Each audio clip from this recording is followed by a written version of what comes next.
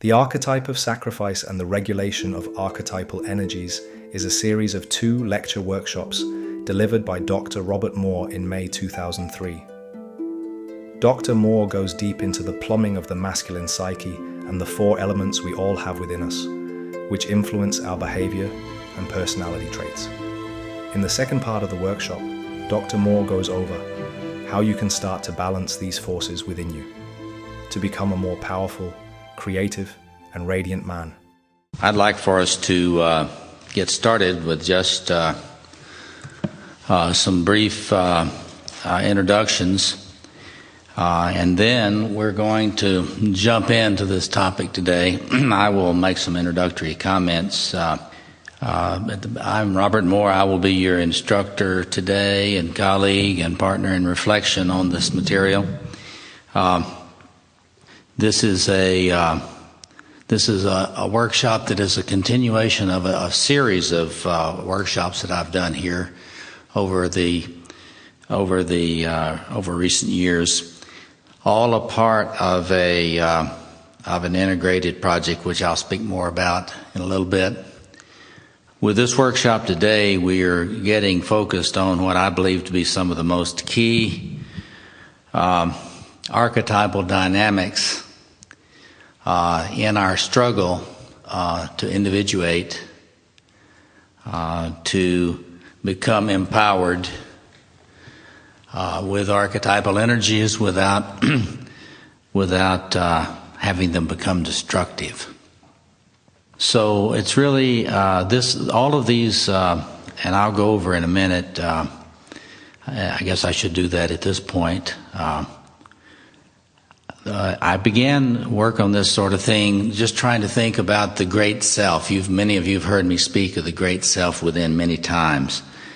In my work, I have sought to continue Jung's work on the collective unconscious, and particularly his work on trying to understand the shape of the great self within. So what some people would call the God within, the God imago. I began some years ago with a series of lectures on the mythology of the great self within, which are available through the Institute. And I have followed that up with studies on psychopathology. I've got a book manuscript on the collective unconscious and psychopathology, the structure of madness, which I'm trying to get ready to go to press now. And then not long ago, some of you were here when I was doing this workshop on transforming fire, which is really focusing on previous reflections on this issue of dealing with the great energies that come off the archetypal self.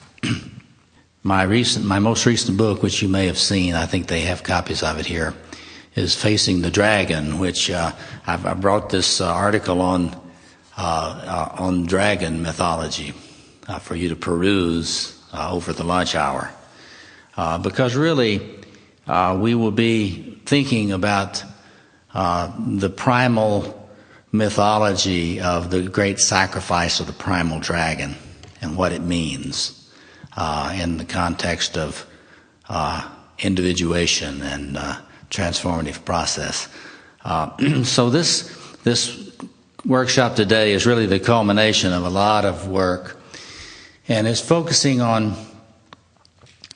what I believe to be some of the central mysteries of empowerment, of becoming your most radiant self, and what I would argue would be the essential understanding and also conscious spiritual and psychological practice which has to be done if you are to really become an awakened self.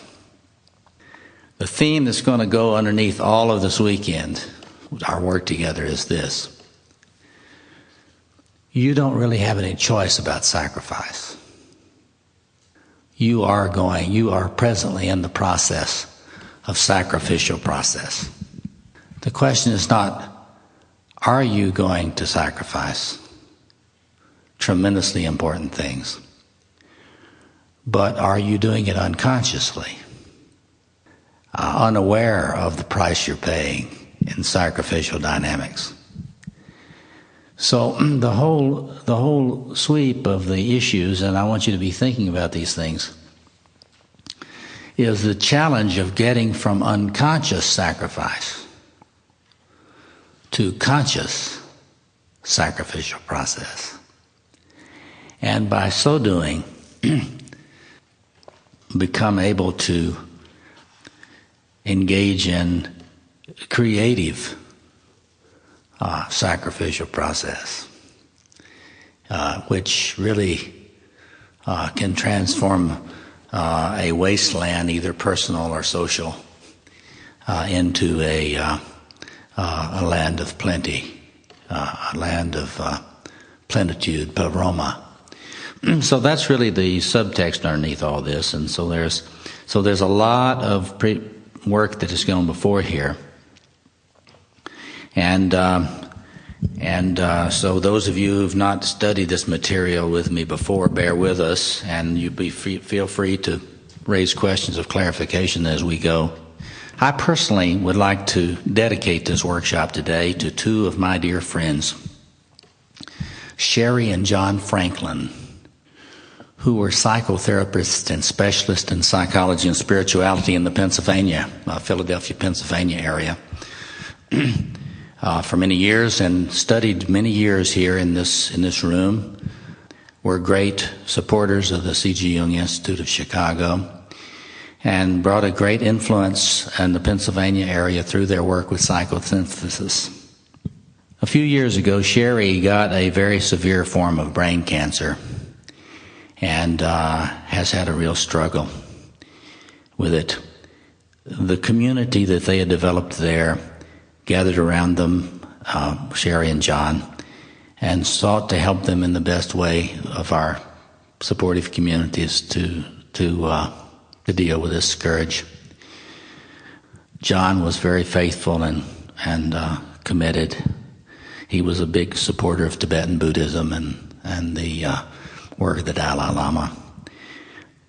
He was by our side till the end, which came for Good Friday morning, 2:30.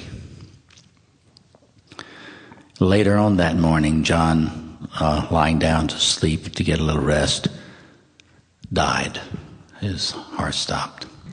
So I'm kind of in shock about that. These were two people that made a powerful offering of their great creative gifts and gave a tremendous surge of life in the lives of many. So I just wanted to say that today. So welcome. I want to just do a very brief thing here. I've already told you that this workshop, if this goes fast for you, because I'm assuming a lot of stuff from the past, that stuff is available in these lectures that I mentioned earlier. Basically, I've been working to try to get to what I've called, many of you know, a Neo-Jungian understanding of transformative process in psychology and spirituality. I'm really trying to help folks understand the necessary partnership between conscious spiritual practice and psychological healing. And so I've been working on that quite some time, and I'm in terms of the spiritual practice idea, I'm working all of these materials, this recent group of workshops will eventually, I hope, come out in a book that will be the sequel to this Facing the Dragon book, which will be called Riding the Dragon, and it will be about getting conscious about these great energies in the psyche and what you actually need to do about it. We'll be touching on that some today. The only follow-up workshop which I may do to this before getting into that would just be one that will elaborate more experientially on the thing I'll be talking about tomorrow, which I'll get to in a moment. But here's the layout for our workshop for this weekend. I want to talk a little bit about why I study this particular archetype, because I've felt for many years that this was, if you really care about the objective psyche and the collective unconscious, there are a few things that you really have to look at. You've got to look at the psychology of the archetypal dimensions of blessing. I did that a lot in my book on the King Within. And You have to look at the archetypal dimensions of pilgrimage process, sacred space, and transformation through the pilgrimage process. I did that in the book on the Archetype of Initiation, which is another way to talk about the journey, the idea of the archetypal journey, the process of initiation. And the book, The Archetype of Initiation, addresses that. I've said also that key is to look at this archetype of sacrifice. And I'll talk about why this is so important in a minute. And then we'll spend some time, hopefully, before the break. I'll just lay out some of the basic phenomenology of sacrifice. Some of you could write a paper on this. Others of you will be kind of fresh for. Then after the break, I'll be talking about sacrifice and the psyche. And I will put this in the context of Jung and Edinger and so on the importance of the archetypal self in understanding the context for all this discussion of sacrifice. As we'll see, sacrifice is always about attempting to relate to the powers that be, that are not you. It's trying to deal with powers with a capital P. And as we'll see in a minute, they come from a lot of different sources, but human beings, before we got so tone deaf symbolically and ritually, were conscious, very preoccupied with dealing with the powers.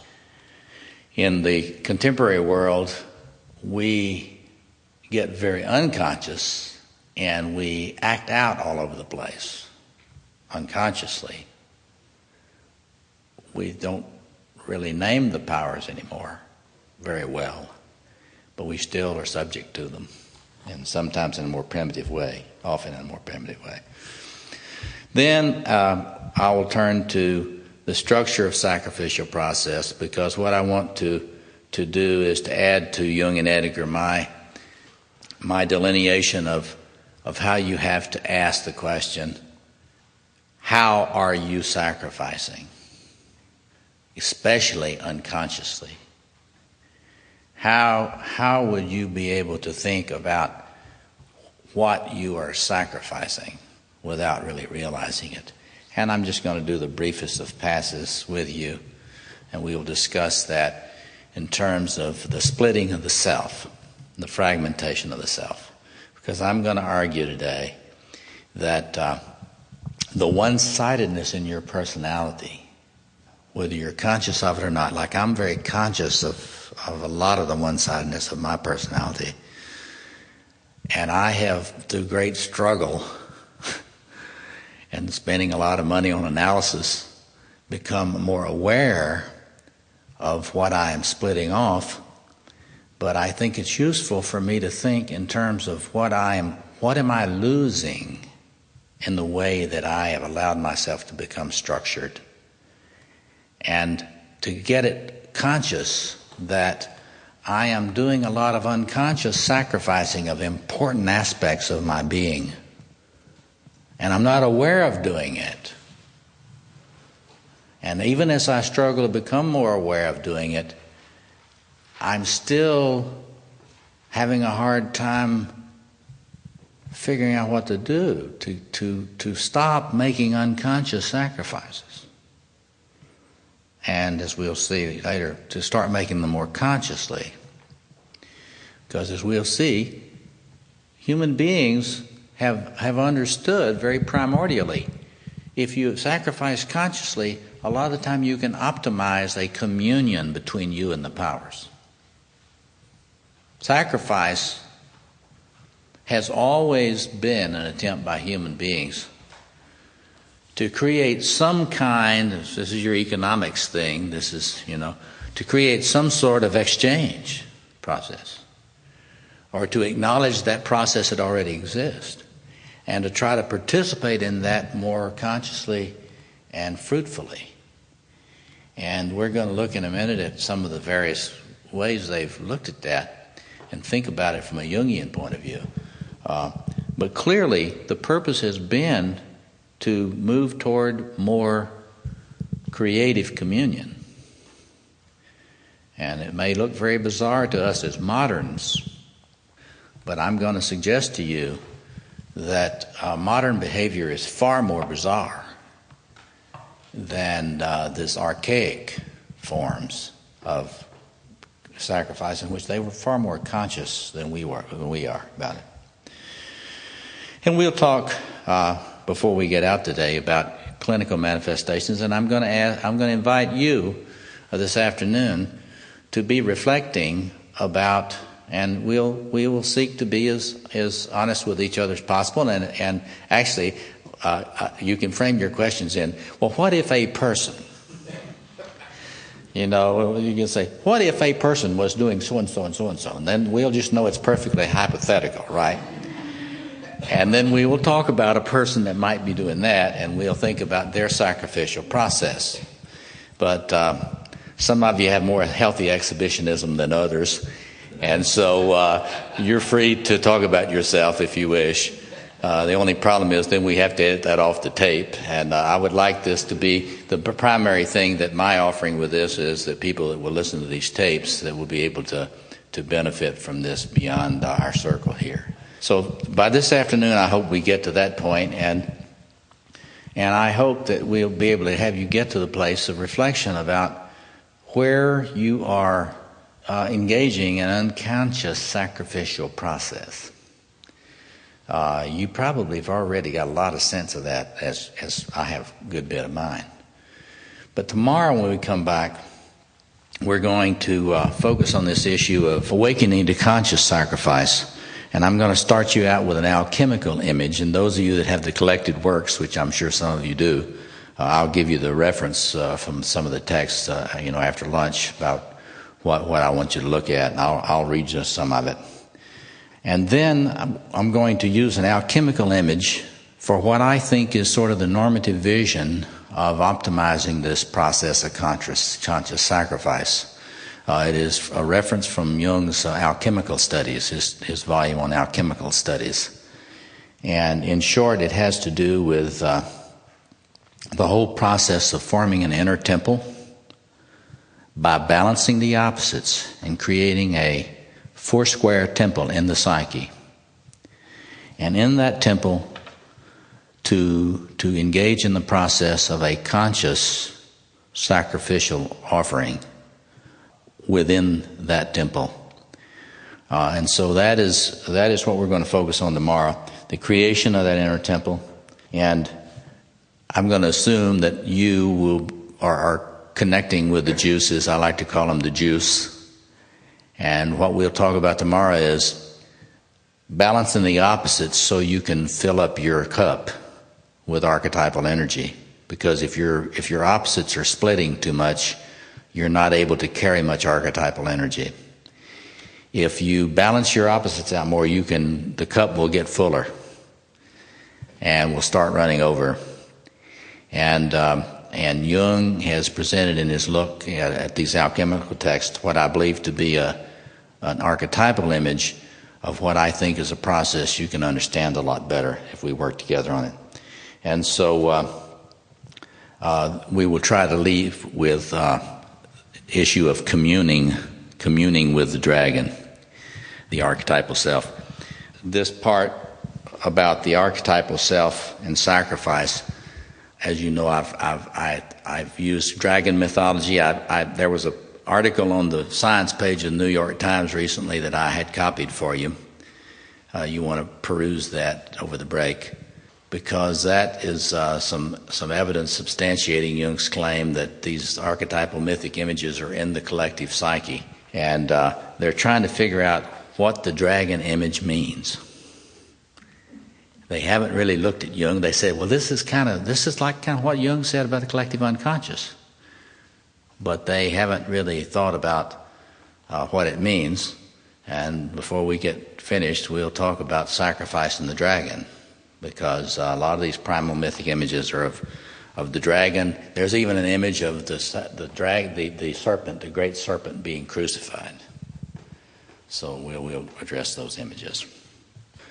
All right, let me turn now to, remember our whole issue in this is the way in which humans have sought to regulate their contact with the powers through sacrificial process.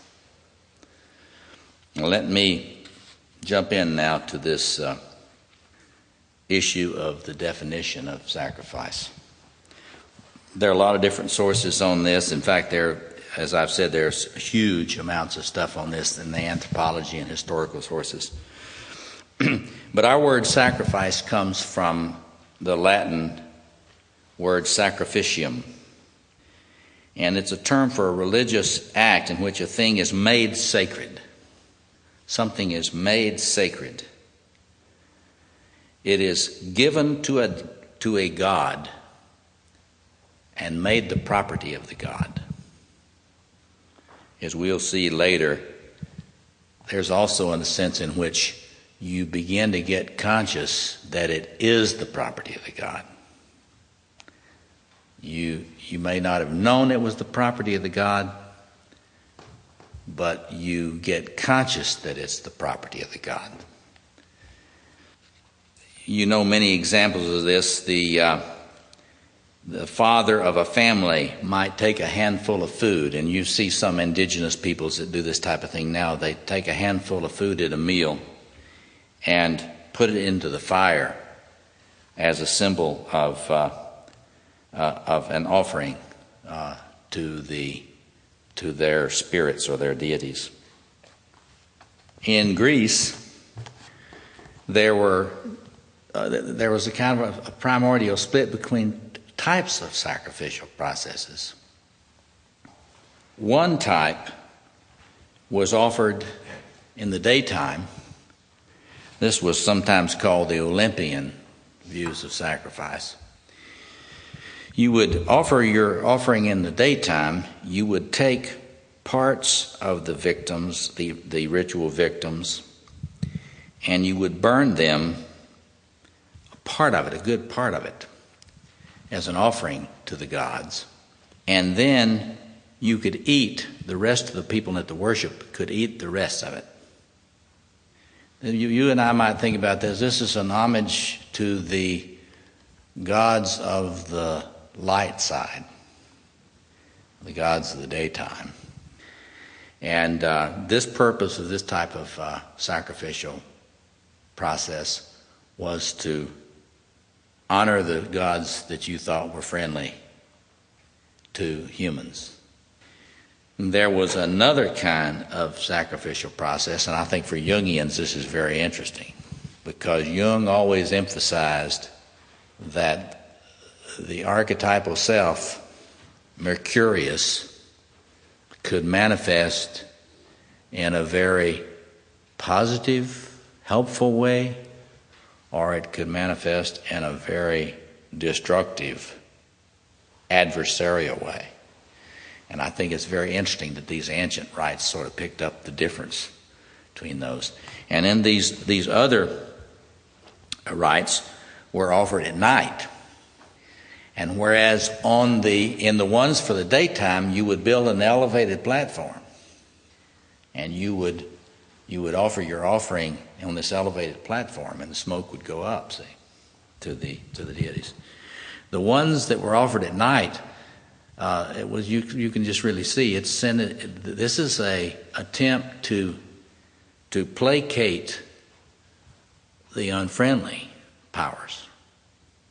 And what they would do would be to dig a trench, a depression in the ground. And the offerings would be made in that depression in the ground. And you didn't try to eat anything from that. You made your offering, and one of the interesting things the scholars have noted is that whereas in the offerings in the light, often there would be speech and ritual incantations where you would talk. But in the ones at night, you wouldn't say anything. That's interesting from a Jungian point of view, just think about that. And let me just ask you for a moment, do you have an idea about what's going on there? Why not eat anything of the offerings at night And why keep your mouth shut at the offerings at night? Yeah. Because obviously the observation or the general belief would be that the powers of night were probably extremely predatory. If you call attention to yourself, you will be the sacrifice. There's a real powerful understanding in archaic peoples that's far superior to ours today. Even psychologically fairly sophisticated people.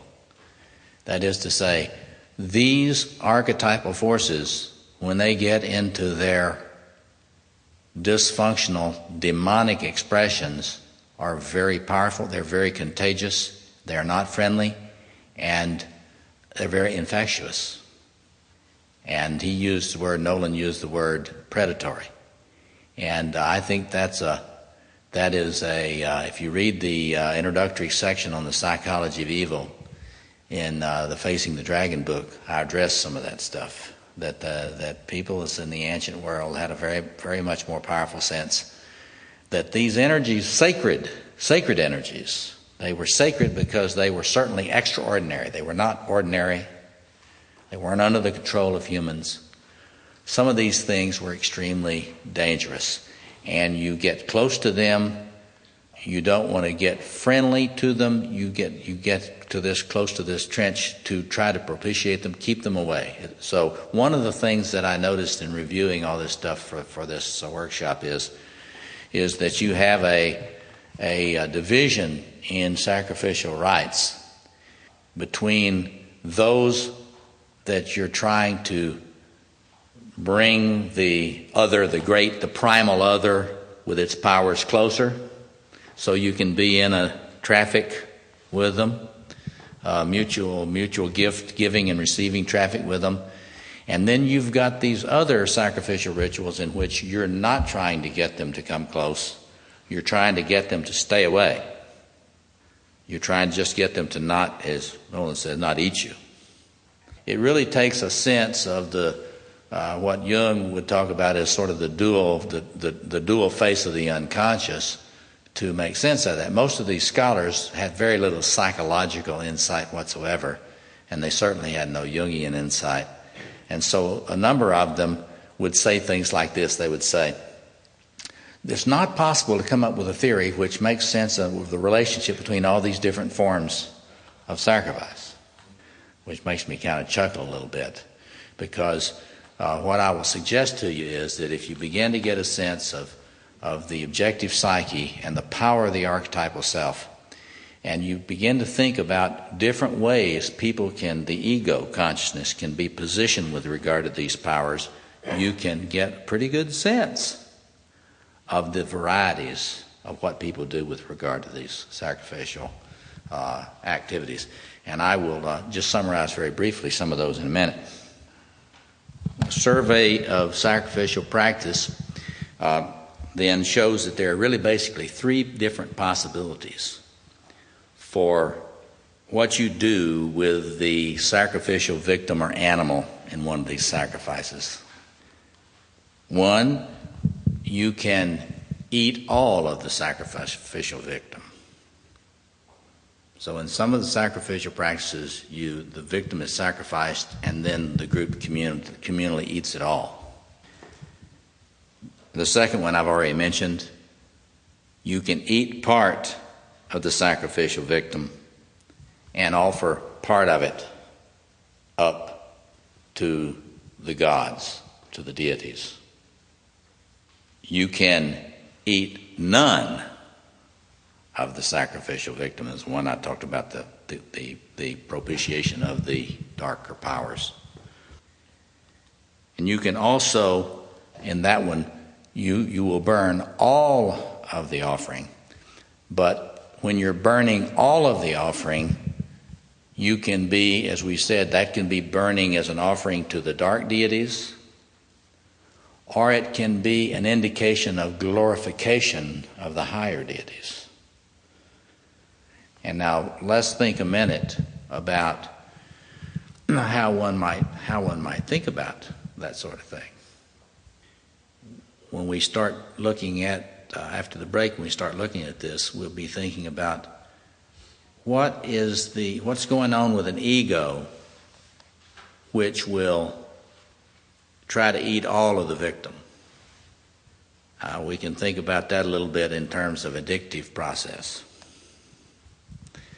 Cannibalism is one form of that, where you gather together and you eat your victim. I think you see a beginning of differentiation when you see this thing about eating part and offering part. And we'll be trying to think about that more psychologically later.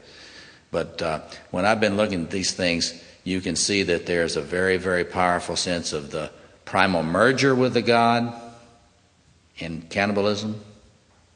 I'm going to take you in, then I'm going to have all your power. Then there's the beginning of this differentiation.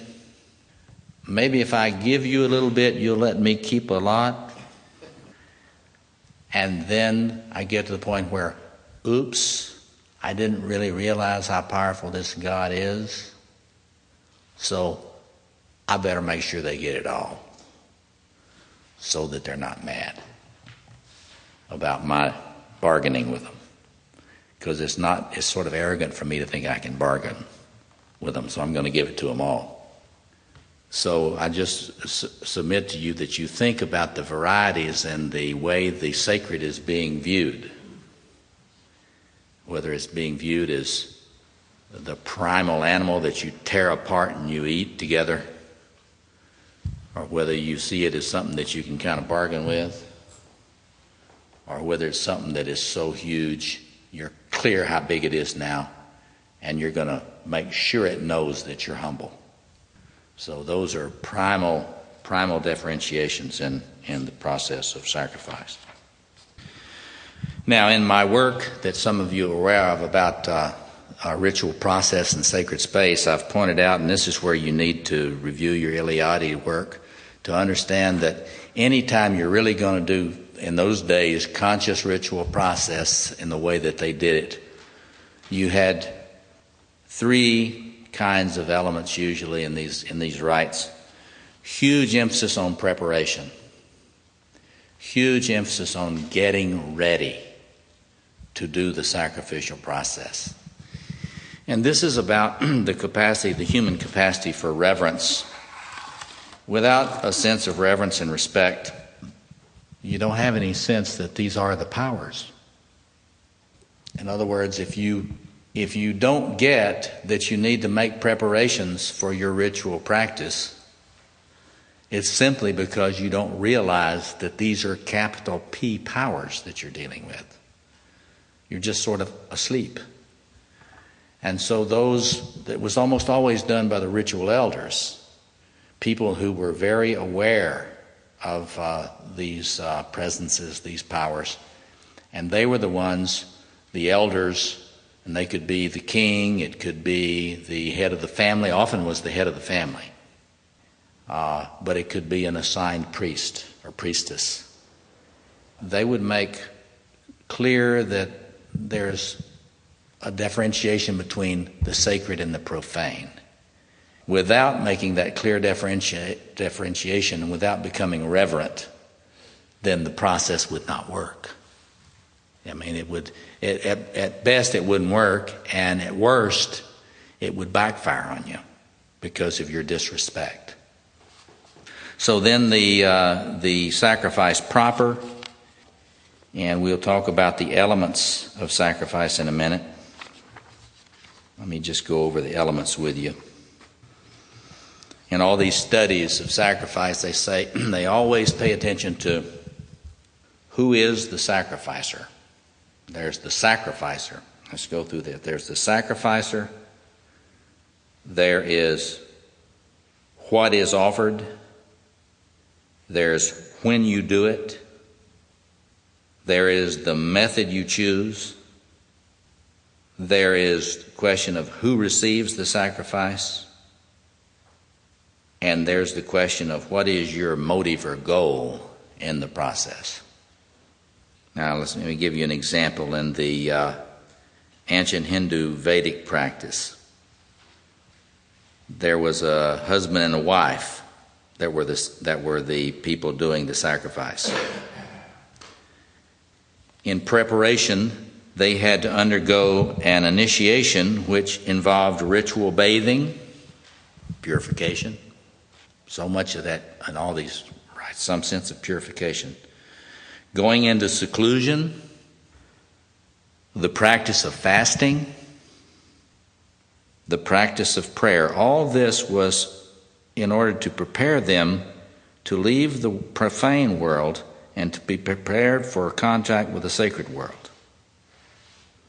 Then they would make their offering and go through the prescribed practices of the Vedas. And after they were finished, they had to go through a process of desacralization, in which they had another ritual bath, in which they had to bathe in order to get all the sacred stuff off of them before they went back to ordinary life. So you've got to be careful approaching the sacred for these purposes. Now, what about the material of the oblation? Now, I want you to think about, if you really get into this stuff, you think about, well, what would be going on that you would have to fast?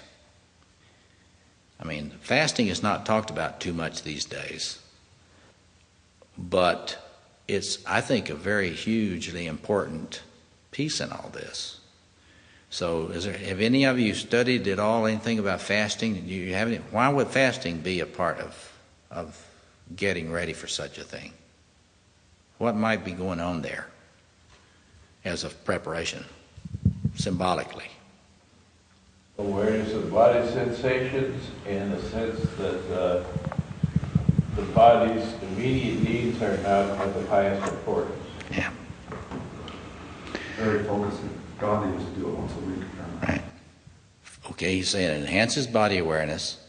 It makes it clear that this is not about feeding my belly. It's about feeding me, maybe, but not about some profane sense of feeding me. That what I'm turning to here is something that's what we'd call a transcendent dimension. And this issue of focusing, it's like there's a lot of evidence that if you fast, it really does turn up your awareness. And I know a number of people that have built in fasting, conscious fasting, as an aspect of their ritual practice, particularly when they, as most of us do, are aware of their addictive tendencies. So I think if you reflect on each of those things as ways to prepare one's attitude in approaching the process of a conscious sacrifice, ritual sacrifice, it'll help you think about the approach to the unconscious that we'll deal with this afternoon and tomorrow. Nolan, did you? Isn't it also part of that in the process of preparation, by not even by fasting, that you are able to move from the contaminated plane into the sacred plane where you want to make contact to begin with? Yeah. Because you're not carrying anything from that plane with you in the body. Right. So that's an aspect of the purification process, and there would be, in particular Hinduism, all that emphasis that you know from, if you know, familiar with all the Ayurvedics and all that sort of the body cleansing, colonics, and all that sort of thing. People today kind of laugh at that stuff, but that's a primal purification image. And you know, in yoga, I mean, what I've been really looking back at yoga about is this sense of the body as the temple. It's truly a temple. As we said in that Transforming Fire workshop, it's the temple of Kundalini, of sacred energies. And so being very aware of the body as a vessel, we'll come back to that tomorrow, your body, your personality as a vessel. Once you get thinking about that, then the idea of being thoughtful about what I take into it begins to be more in focus.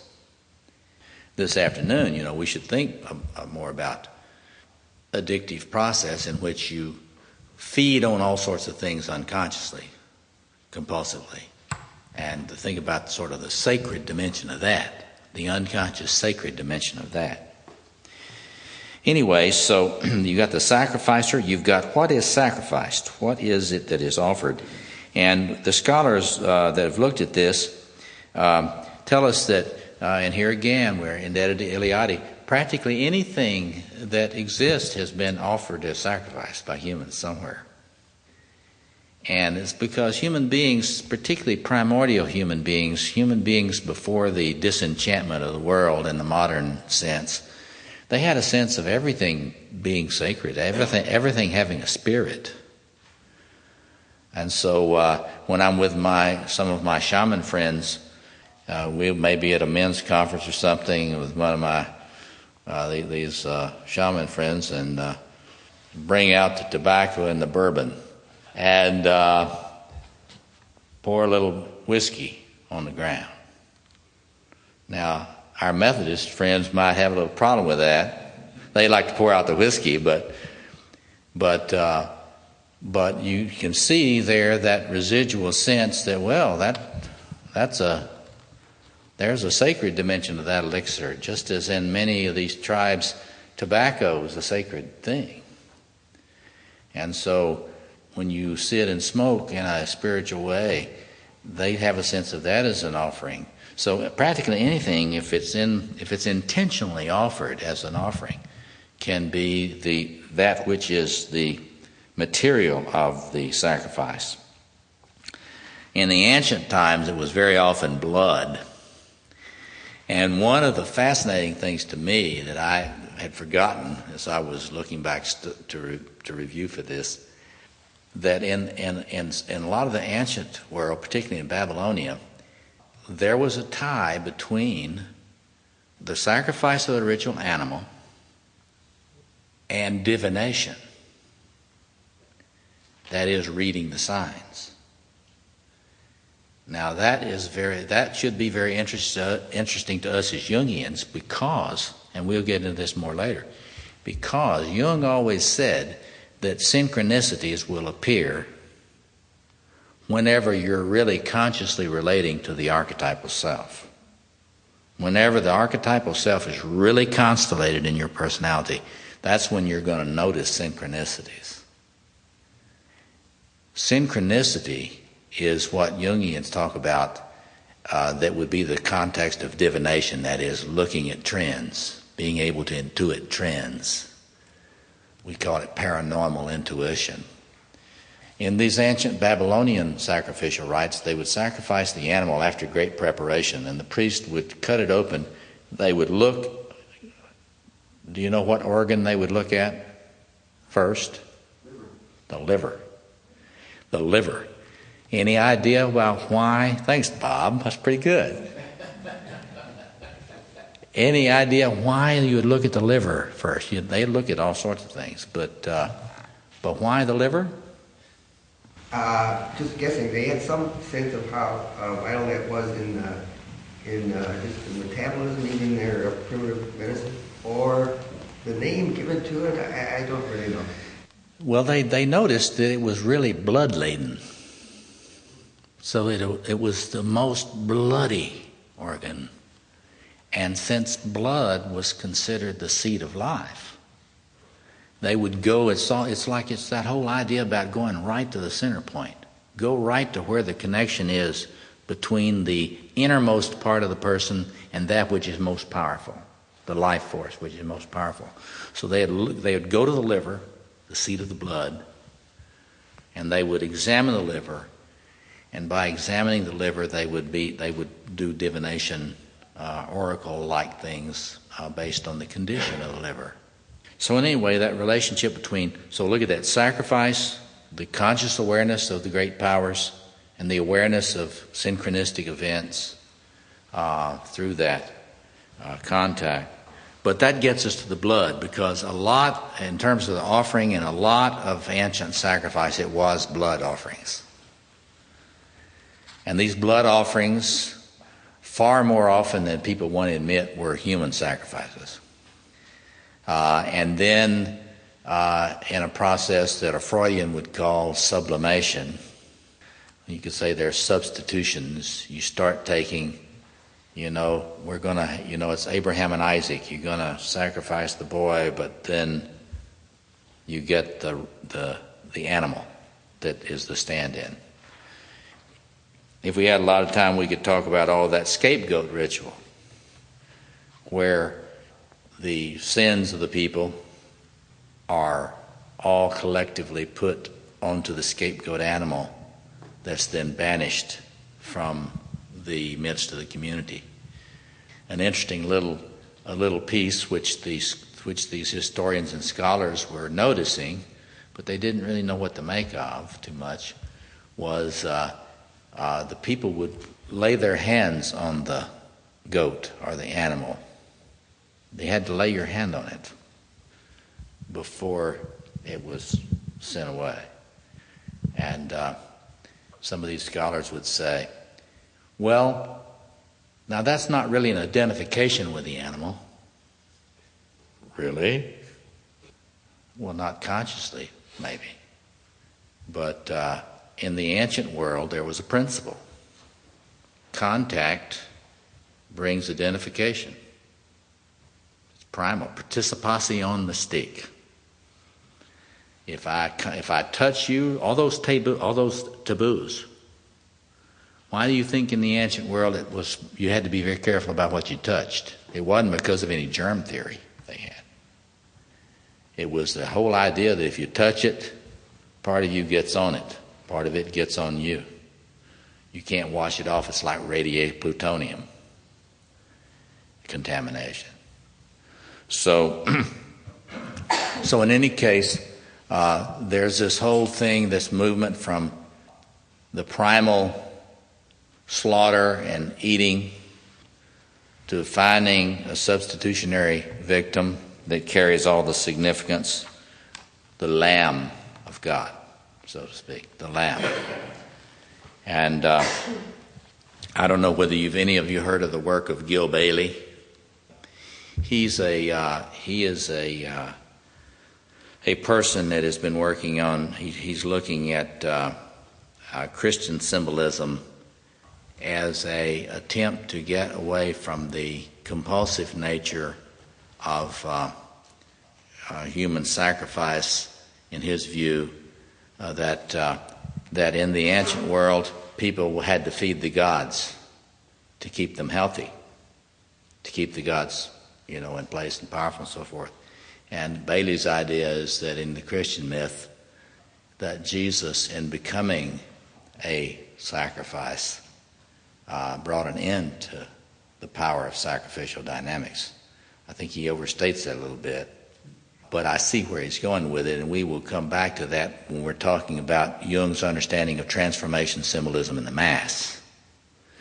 Because tomorrow I'm going to be talking about that whole imagery in the Mass, both as it's seen in the Christian Mass and then also in the alchemical renderings of what's going on there.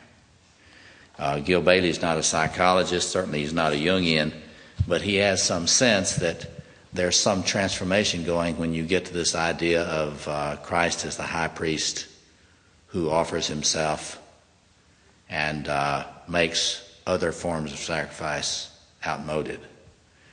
We will get at the psychological side of that tomorrow. Because basically where I'm going with you tomorrow is that Jungian psychology, Edinger talked about how Jungian psychology, he thought, was a new dispensation, that there's something primordially different about the Jungian view of these things. And we ought to think about that together, because I've been thinking about that a lot, and I've begun to think that Edinger was more right than I thought he was, in the sense that in Jung's view, you have got to get this projective thing conscious. And whereas in a lot of these ancient rituals, there were all these external projection dynamics. The gods were all out there. You related to them out here. And you do your different means of relating to them out here, but they were not inside. Jung is convinced that the primal God power is in you. And if you're really going to get conscious, You're going to have to get conscious about that, and you're going to have to work your sacrificial process internally somehow. You've got to somehow get that projection off of people. Now, this afternoon, I want to talk with you about how we unconsciously cannibalize our friendships, our friends, our family members, our co-workers. When we exist in these projective fields where all this stuff is going on, not consciously at the level of spiritual practice, but unconsciously at the level of relational, sadomasochistic, psychodynamic forms of sacrifice. But we're going to come back to that. But just to say that what we're looking, when we're saying going from conscious archaic forms of ritual, which was all dealt with out here. You deal with it out here. You're relating to it out here. Through this modern period where we forget that this stuff is going on, there's nothing really, all that's primitive superstition, so we just all become addicts. Those people were primitive, but we act out. And then trying to get to a postmodern Jungian view in which we say, no, they weren't that stupid. There really are powers. It's just that the most important ones that you got to deal with are not all out there. They're in here. And you got to get conscious about relating to them. You see that movement? That's where we're going to be moving. So there are all those different forms. The methods of sacrifice, there's libation. Does somebody know what a libation is? Pouring. The image of pouring. You know, you get that in a lot of these stories. You know, pour out your life. That's a sacrificial one. Pouring out your life for others. Something like that. That is a libation image. But a very, very common way, as we've said, is burning. The image of fire. That's why I gave that workshop on transforming fire, because fire is such a central image. I'm almost a Zoroastrian in that respect. I really think that, boy, if you really got to focus on fire if you're going to have the sense of the sort of this primal image in spiritual traditions. And so no accident that this issue of trying to commit things to the fire, that's such a primordial image, and I think that's why so many of us like to sit in front of a fire. You know, at a campfire and a fireplace and so on. But it's not the only thing. Burning. It's interesting as you study the different forms of sacrifice in the ancient world. There are also sacrifices in drowning. You know, you drowned them. For example, the ancient Norse people would throw people over cliffs. They would throw them into wells and waterfalls. In some of them, for example, in ancient Aztecs, you would lash the victim to some kind of scaffolding and shoot them with bows and arrows. So are there variations of hanging them on a tree? So that primal thing about the crucifixion. In my studies of ancient Indo-Aryan, Indo-European mythology, it's become evident to me that there is a form of sacrifice that was associated with each of the four quarters. That they were not the same. That you, according to the particular archetypal energy, I'd say, that you're dealing with, that there would be a different approach to the sacrifice you would have to make. It wouldn't all be the same. You'd be doing the same thing, you'd be sacrificing, but the symbolic form would be chosen to be appropriate for whatever that particular sector of the divine world would be. Now, we'll be talking about that this afternoon. So, who receives the sacrifice? It's always to the beings which are the object of veneration.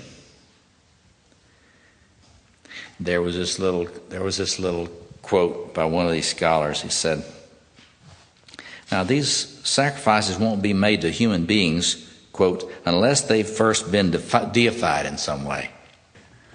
And I laughed when I saw that, and I said, idealizing transferences, idealizing projections.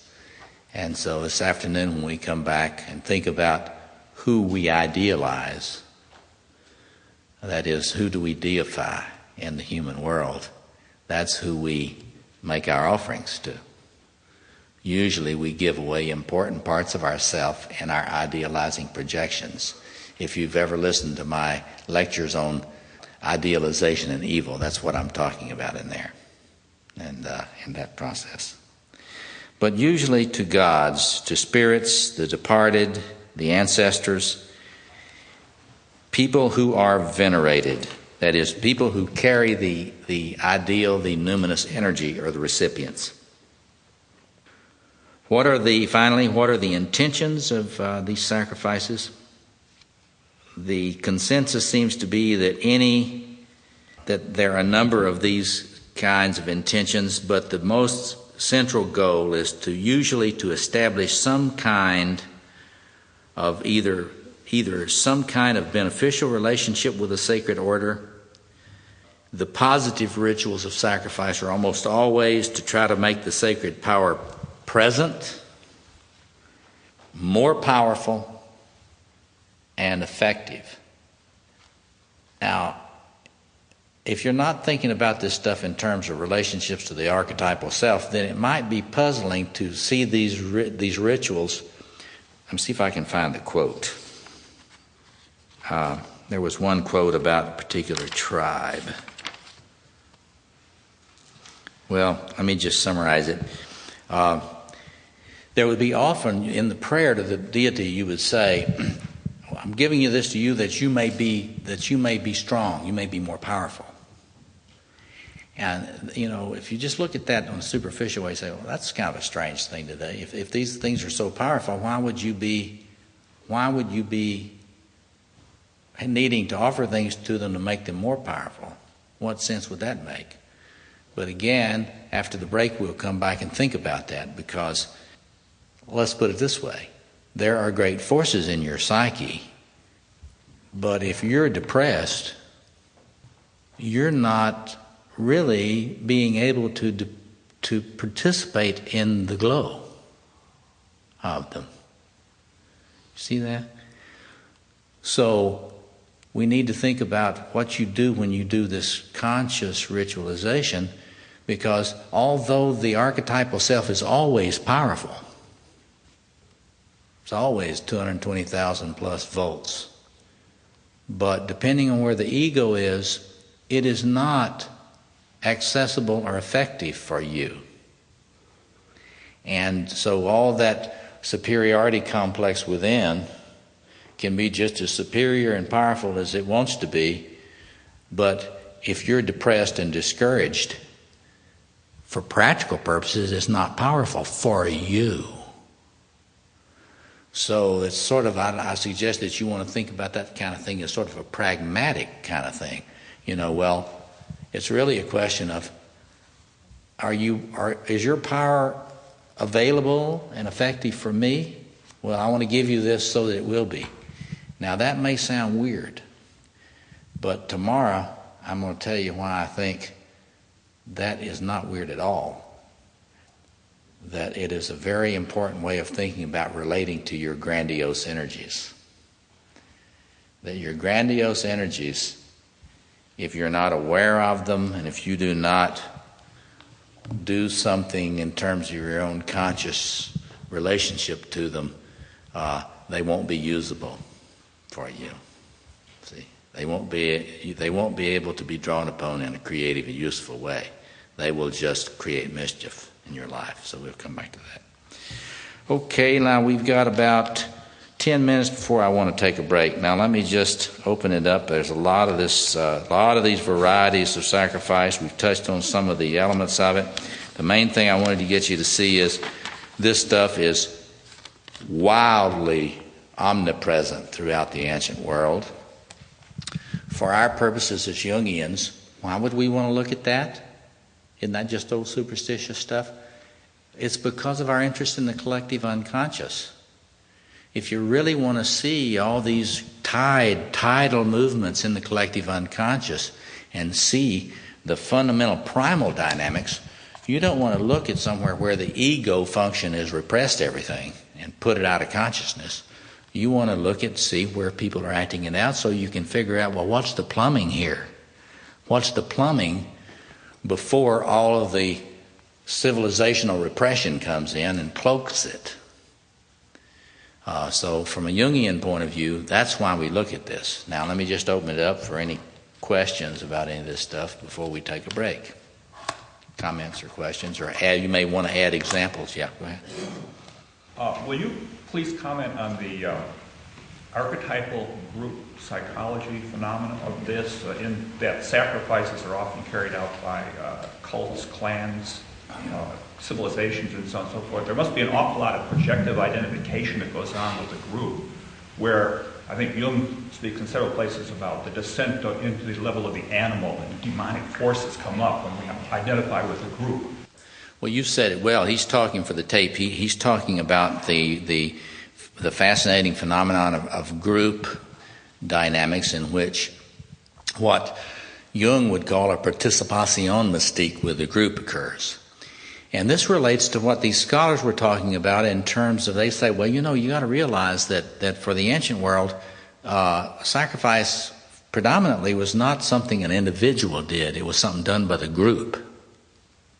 And that's kind of a throwaway comment. I mean, if you don't say, well, yeah, well.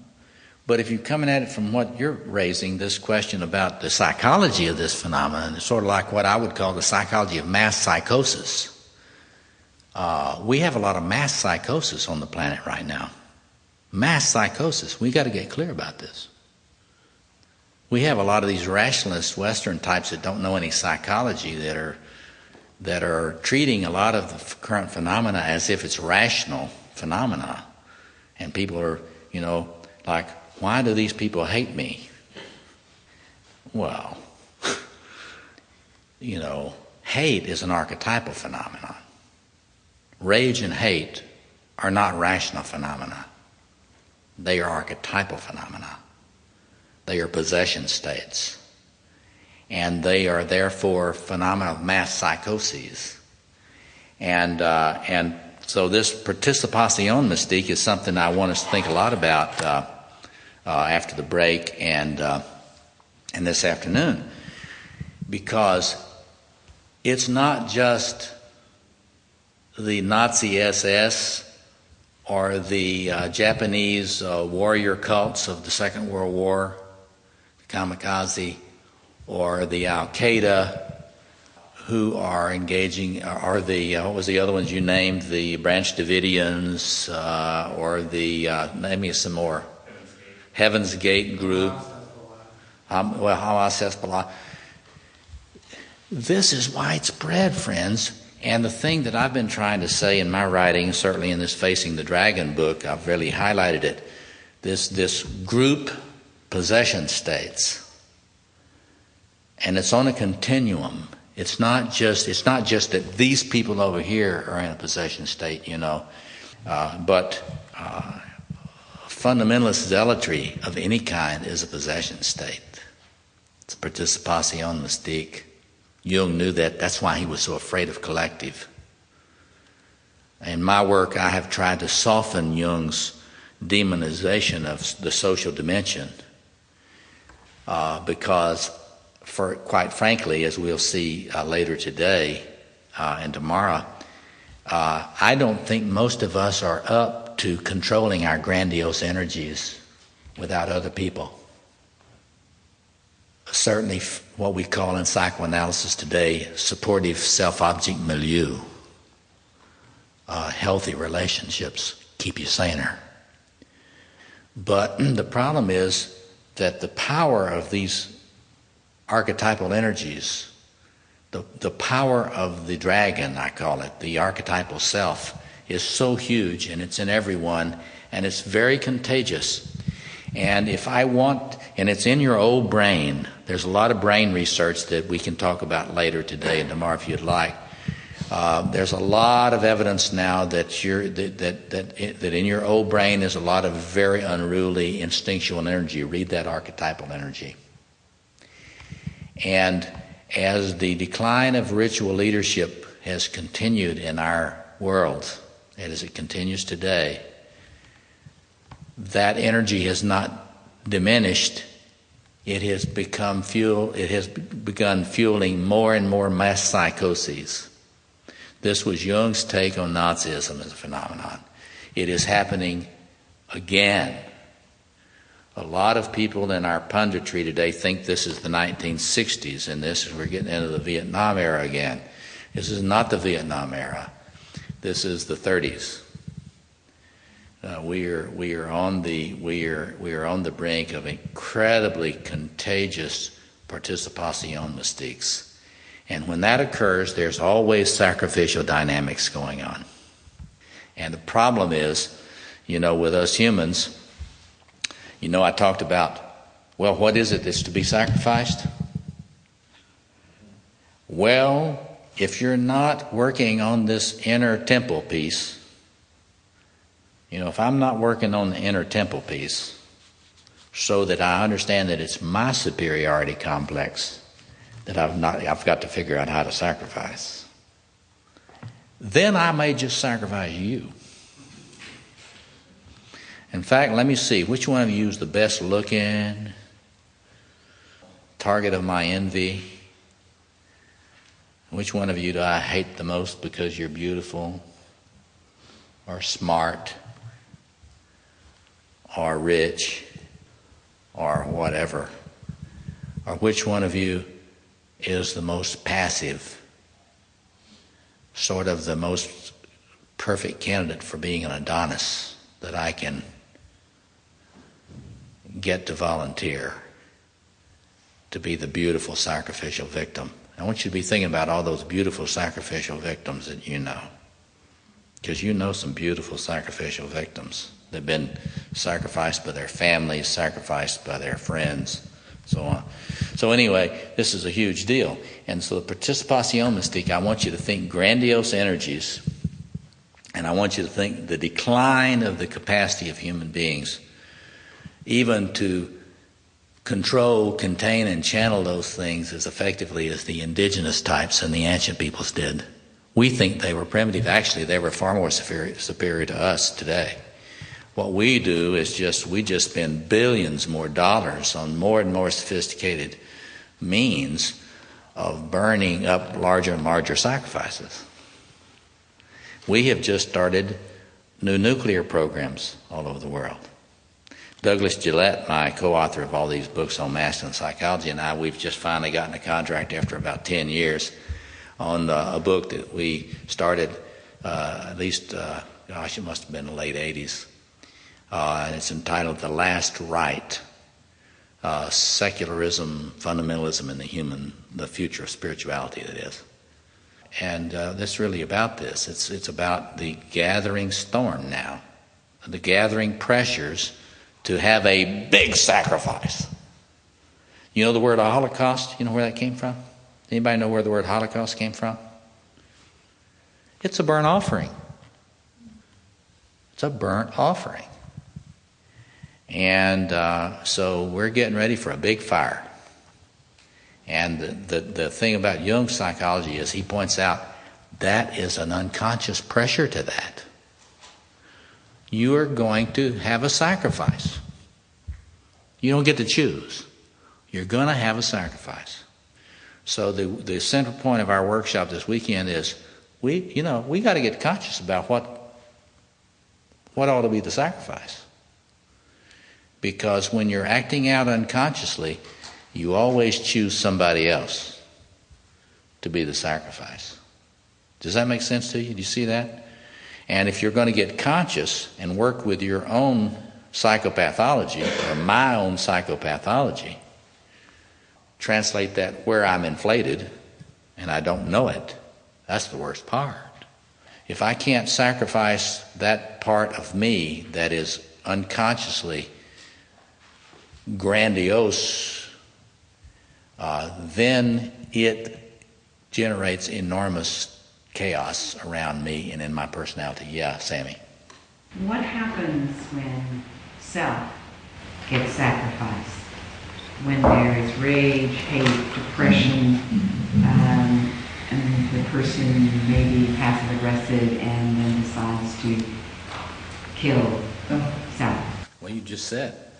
What happens? She says, what happens when self gets sacrificed? See, that's what we're going to come to this afternoon, because it's always happening. Why do you think we have so much rage? Because we are, in fact, unconsciously, and think about this in terms of family system and fusion dynamics, to the extent you're still fused with your family of origin, you are sacrificing to your family of origin. You are sacrificing your solid true self to that system.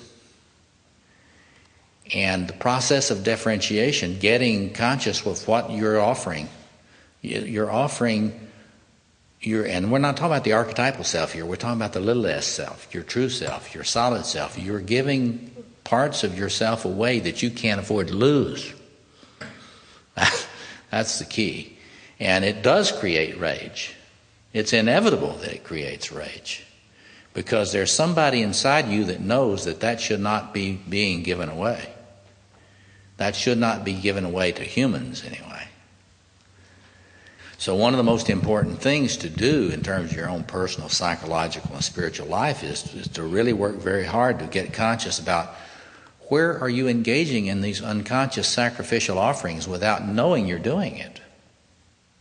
It's hard enough after you know what you're doing. Take it from me. I mean, we can talk about your family system this afternoon, but it always, when you're giving away, when you're making offerings unconsciously to any person, when you're turning them into the higher power, and you're making an offering to another person compulsively, giving yourself away, splitting yourself in order to maintain that relationship, that is a sacrificial process. And in my personal view, it's a demonic one. Does that make any sense to you? It's a demonic one. That you have to be conscious even about how you're offering yourself to a divine. Consciously offering to a divine being. That's got to be conscious, because that's not safe. But the people, that's sadomasochism. One more comment or question, then let's take a short break. Yeah, Gary. When you touched on rage and hate and referred to it as an archetypal phenomenon, what that set off was these thoughts about rape, random violence, attacks and so forth that are out there going on. That there's this acting out of uncontained, unregulated archetypal energy going on out in culture, and by individuals, it's like the gods are roaming the streets. The gods are roaming the streets. Through these people. And there are these random sacrifices, there are random victims, and there's terror. Yeah. And so, what can be done, collectively about containment? I'm thinking in terms of the ritual processes. Do we literally do those? You know what I mean? Well, we'll come back to that some tomorrow. What the question is, the question is all this terror and random violence, is that in this ballpark? Is that phenomena that's related to this? It is the discharge of archetypal energies, the unconscious discharge. It is often by people who are willing to sacrifice you. That is, a sociopathic predator feels in the place of the god. And you are appropriate stuff to feed the appetite. And so you just need to understand that increasingly our social world in this planet is getting more and more archetypal all the time. It's getting more and more dominated by archetypal dynamics all the time. My optimistic friends, the few of them that exist, would like to say, well, see, this is the dawn, this is the dark before the dawn. And this is the chaos, and you have to have chaos before you have transformation. And that's a pretty good rap. The only thing is, I've studied chaos a lot. in personalities and families and organizations. And you know what? For every organization that's transformed by chaos, hundreds of them terminate. And so we do have a huge problem on our hands. Is there anything you can do about it? Well, as Jung said, and this is why we're having this workshop, the most important thing you can do about it is undergo what Erich Neumann called your own centroversion.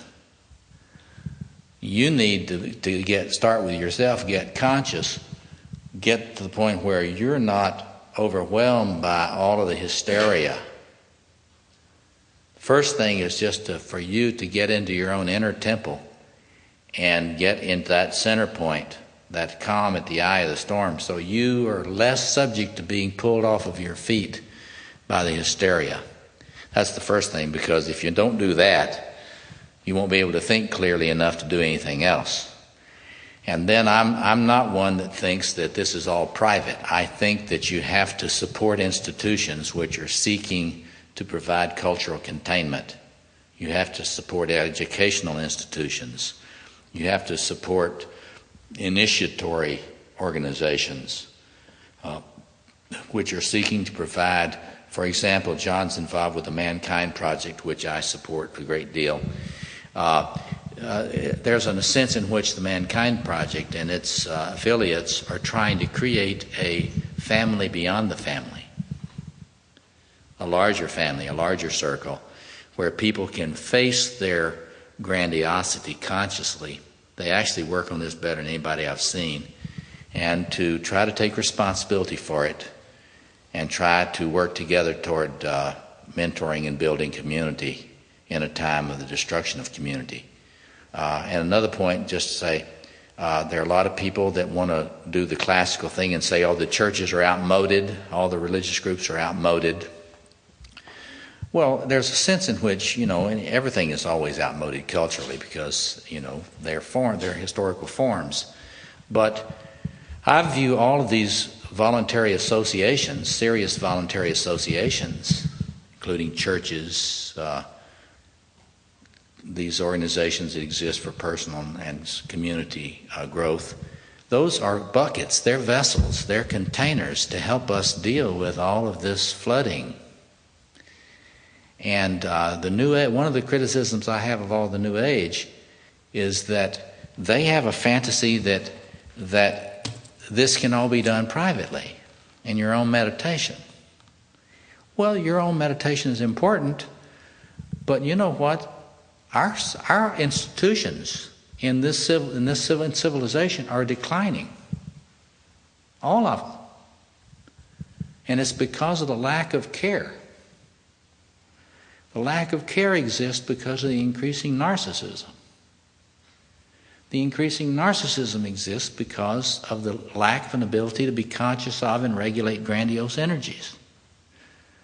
So you got to stop that regress. And so your participation in the Jung Institute or in the school councils with your school or in trying to support your library, all of these social institutions are key bulwarks against this flood. Let's take about a 10-minute break and come back, and then I want to take us a little bit further before we have to break for lunch. We'll break for lunch at 12:30. It's about 11:40 now. Take about 10 minutes and come back, and we'll try to move it a little bit further before we take our lunch break. Take our lunch break. Take our lunch break. Take our lunch break. Take our lunch break. Take our lunch break. Take our lunch break. Take our lunch break.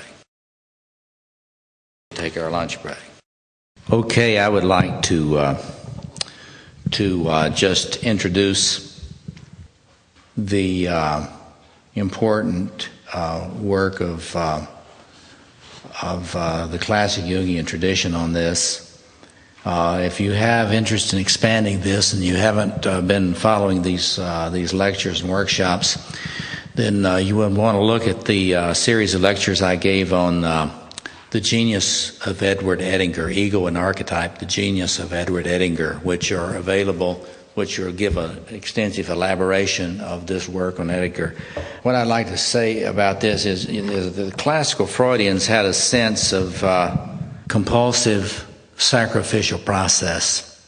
In fact, one of the things you'll notice in studies of sacrifice, they will refer to Freud's theories of totem and taboo and the group sacrifice of the primal father and the origins of the incest taboo in the group sacrifice of the primal father, in which the primal group slaughtered the primal father and ate him. And then, because of ambivalence about their destruction of their beloved object, they instituted the incest taboo. So the classical Freudian theory, before everything became ego psychology, or more recently self-psychology, they looked at, Freud and his early followers looked at these dynamics in an interesting way.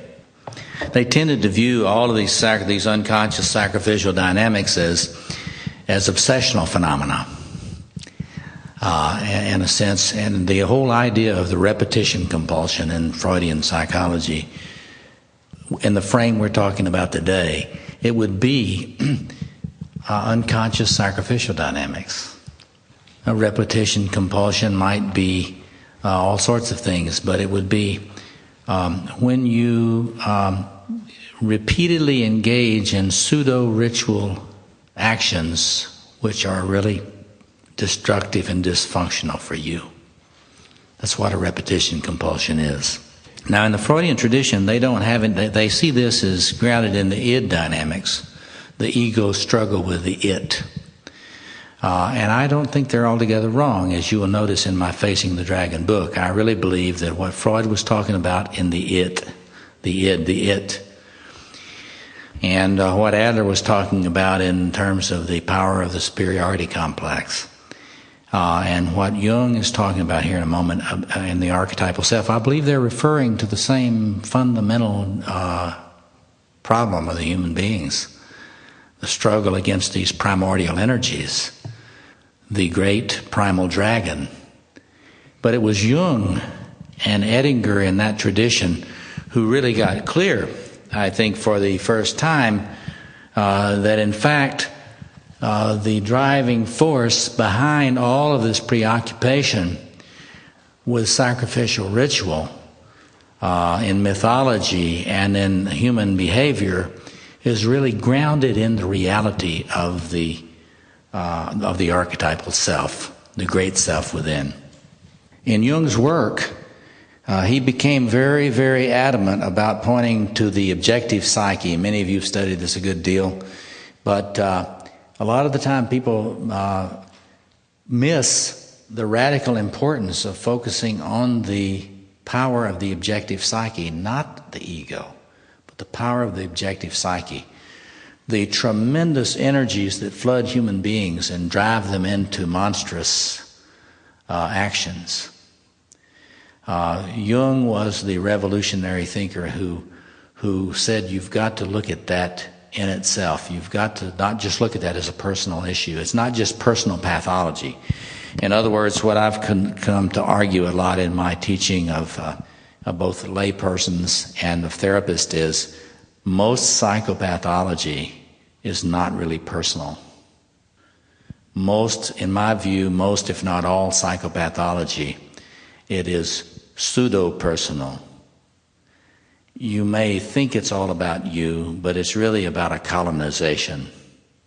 It's a colonization of your human personality by what I call dragon energies. And it was Jung that enabled us to really think about the archetypal self as a force in the psyche that is a separate center in the psyche. It's a separate center of initiative. It is conscious. It's always watching you. It is always conscious of you, whether you're conscious of it or not. And that is probably the most radical, important thing, in my view, that a person has got to get clear about. And I think Jung was the revolutionary breakthrough. He got clear there is a objective psyche. There is a great self. It's paying attention to you, and it is monitoring. This archetypal self is monitoring whether or not your ego conscious is aware of it.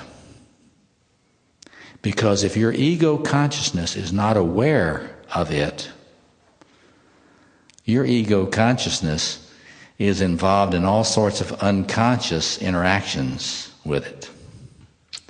And in the context of our workshop today, there are sacrificial interactions with it.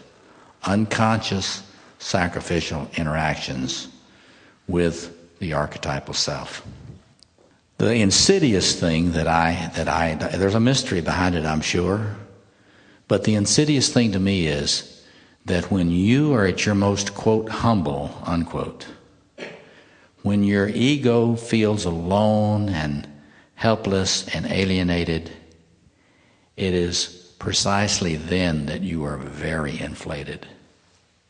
You're most inflated when you have declared yourself to be alone, when you've declared yourself to be without resources. This is not our typical picture of what narcissism or inflation is like. This is one of the things that I've criticized classical Jungians for. Because classical Jungians fall into the same kind of boat as somebody like the Freudian Otto Kernberg, who, they can't stand narcissistic personality disorders because they are so arrogant and pompous. What these people don't realize is that that's not the only way to be inflated. And what I've tried to do in my work is to show that it is really the question of how one is colonized by these archetypal energies or not. It's actually clearly a function about how aware am I of the archetypal self in its presence. How aware am I of what sacrificial interactions that are going on with me right now between me and the archetypal self?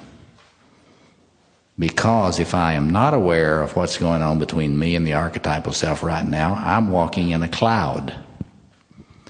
So if you're a therapist or if you're a person interested in that, you listen to those lectures on archetype, compulsion, and healing. And I address this in this Dragon Facing the Dragon book when I talk about dragon laws. And that's like, this is where I'm on the same page with Jung. Number one, the archetypal self it's not you. It's very powerful. It's aware of you whether you're aware of it or not. If it senses that you're not aware of it, it does not like this. It's not happy about this. It tends to become an adversary when you're not aware of it. That is to say, when you turn a cold and blind eye to the presence with a capital P, that's an arrogant act. It doesn't feel arrogant. I'm just little old me. There's nothing big in me. Typical Adlerian neurotic. I'm not superior. But something under the surface is very big. And Jung's whole emphasis was, get conscious. This thing is huge. The more unconscious you are of it, the more dangerous it is. What is individuation about? Individuation is about getting clear that you're not it. Individuation. Think about individuation as coming, here's where the merger with your ego and the archetypal self is as a child, and primal infant. Development is about gradually differentiating from it. So you know you're not God in that simple way that you thought. So Jung built a whole edifice of the individuation process, not on becoming archetypal, not on romanticizing archetypal experience, but in getting clear about how much of our experience is archetypal, impersonal, transpersonal, and trying to support the human being as the human being tries to emerge out of the archetypal matrix. Individuation is emerging out of the archetypal matrix as a person. And so that, according to Jung and all classical Jungians, requires becoming more conscious. When you become more conscious, you face the ways in which you are in a participación mystique with the archetypal self. I may experience the archetypal self in John, in a transference, an idealizing projection to John. He, for me, then becomes the archetypal self, and I seek to fuse with him to share in the power. You follow that? And in order to do that, I may engage in very masochistic dynamics, because I am seeing him as the God. In order to be anyone, I have to relate to him. This is like marriages. There are a lot of marriages like this. A lot of friendships like this. One of the things I try to do with people when I work with them is to have them look at their relationships to see where they may be idealizing the person they're in relationship with rather than relating to them. If you're idealizing them, you're making them into the carrier, the vessel of the archetypal self, and you're not really relating to the human being. And you're likely to have a lot of rage with the person. Does that make sense to you? You see that? Now, Edinger, in his work, which I think is a wonderful exposition of Jung's classical point of view, especially the Ego and Archetype book, and all of his vast corpus, in which he looked at all these different traditions, and especially his last book, The Archetype of the Apocalypse.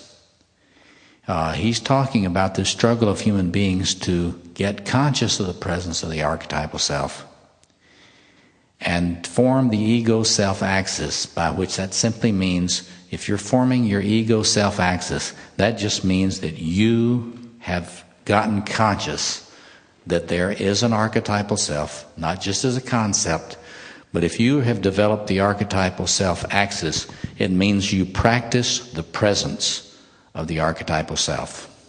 You try to practice it at all times. My friend John Giannini would say, you develop a synchronistic attitude. You try to live as if your ego is not the center. It's easy to say, hard to do. So in any case, Edinger gave this image of the round, the great round. You start out in that primal merger with the archetypal self, where the ego doesn't know the difference between itself and the archetypal self. As you get out into the world, you run into the fact that not everybody sees you as God. Some people do, and that's not all it's cracked up to be, right? Because if they see you as God, they want to control you. Kohut wrote wonderful treatments of that. If I idealize you, you have to do what I want, or I hate you. So you run into reality that not everybody worships you. Then you undergo a kind of a traumatic beginning of your separation from the archetypal self. And you're not as flush with archetypal energies then. You may get depressed. And so you get more and more deflated. And you can get more and more deflated to the point that you kill yourself, which is in effect a ritual phenomenon in which you get sacrificed. You don't know it, but you're sacrificing to the great dragon, but you don't know it. But if you get conscious about how arrogant you've been, and you undergo a metanoia, as Edinger says, a change of heart, and you realize how arrogant you've been, and you develop a sacrificial attitude toward the archetypal self, that is to say, you reconnect with a sense of the presence of the archetypal self, but you're not as arrogant as you were. And what happens, Edinger says, is that the golden energies begin to flow again. You reconnect with them. And your deflation then begins to be remedied by the flow of the beneficial relationship to the great powers. Follow that? There's the sacrificial dynamic. You take a sacrificial attitude, the flow resumes. You start to get the energy you need again. And lo and behold, Edinger says, you start getting inflated again. See the damn. It's there are these therapists that have a fantasy. My Freudian friends and my Adlerian friends and a lot of other folks in different schools of thought, they got a fantasy that if you get a really good therapist, then you will kind of get rid of that superiority complex. Or you will get your grandiose energies will be analyzed, and you will form an ego, strong ego, and you will be able to tolerate ambiguity and blah, blah, blah, and you'll get to where that your grandiose energies are not a problem anymore. Oh, yeah. I always think that's so amusing, as I've told many of you before, because anytime you're around a bunch of therapists, you can tell that they haven't completely gotten rid of all their grandiose energies, especially at meetings of therapists. So in any case, Jung and Edinger had a sense, no. You don't analyze this away. It's always with you. And here's where that sacrificial process thing comes up. You don't get conscious and all the higher powers go away. They're not discovered to be just a part of your personal unconscious. You get conscious, you realize, oops, they're still here. Well, what is my choice? Well, I can go back into denial and pretend they're not here. That's what modern people do. And then they return in the form of an addiction. Or I can get nervous and become a fundamentalist. And I can think that I am really being humble. But what I've really done is to create a franchise of the sacred energies that I think I run. I am the McDonald's of sacred energy, which is a hidden inflation. A friend of mine, Robert Franklin, recently wrote a book on spirituality in America, in which he was differentiating Americans' interest in spirituality from religion. And I think it's very interesting because a lot of people are realizing that if you get too tribal with your religion, there's something weird about that. And I think that's sort of a move in the Jungian direction, the realization that the inner position really is the key thing. It's not that we don't need the religions. We do need every resource we can have against all the flooding. But you got to be careful about your solutions to your grandiosity. And one of the ways, of course, you can always tell is self-righteousness is always inflation. Not everybody that's self-righteous has a compulsive gambling problem, but some of them do, if you noticed recently. So anyway, this is the great cycle. So what's it got to do with our topic for this weekend? Well, you've got to get conscious about your sacrificial process. This was Edinger's whole thing. You've got to get conscious about living continually in an awareness of the great presence and how you're going to relate to it. What does it require to relate to it? So the Jungian point of view has helped us to get a sense that this is not just primitive superstition. Becoming modern won't make this go away. People that engage in sacrificial process are not just those primitives over there. It's everybody. Everybody engages in sacrificial process. The only distinction is not whether you do it, it's how conscious are you about what your sacrificial process is. And if you became conscious of it, what would you want to change about it? In other words, how would you improve the creativity of the particular stance towards sacrificial process, toward the archetypal self that you can make. Do you see what I'm getting at? We're going to come back this afternoon and talk about getting clearer about what the unconscious offerings we're making to the archetypal self are. And here again, I just want to underscore the point, and then we can discuss this some. You don't get to choose whether you're going to make sacrifices, offerings. The only thing you're going to be able to do is to be relatively more unconscious or more conscious about what offerings you're making and what direction, what altars you're making them on. Because if I make an offering on this particular archetypal altar, it looks this way, and it has certain effects. And it's not the same as an offering I might make on some other altar. It's Jung's psychology that's made it possible for us to reconnect with the eternal situation of humans. We don't get away from the powers. We only can become more conscious and awake and more creative in our ritualization of this in our spiritual life. So we've got about 15 minutes. Let me open it up for comments and questions. Yes? This is very difficult in the real world, in the sense that as you develop your own spirituality, you become more and more involved as a human being. And your value system is not the same as someone who has not gone through this process that you have gone through. All right. Sure. Now, you have this value system, and you are in a society, and the society does not support this value system. It's true. So that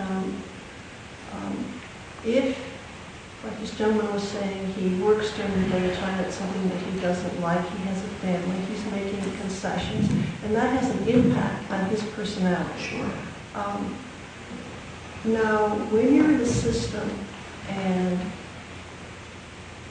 they don't provide you with the financial resources to care for the people within the value system that you have involved, you know that they are wrong, but you're not in a position to make any changes in that. It's true.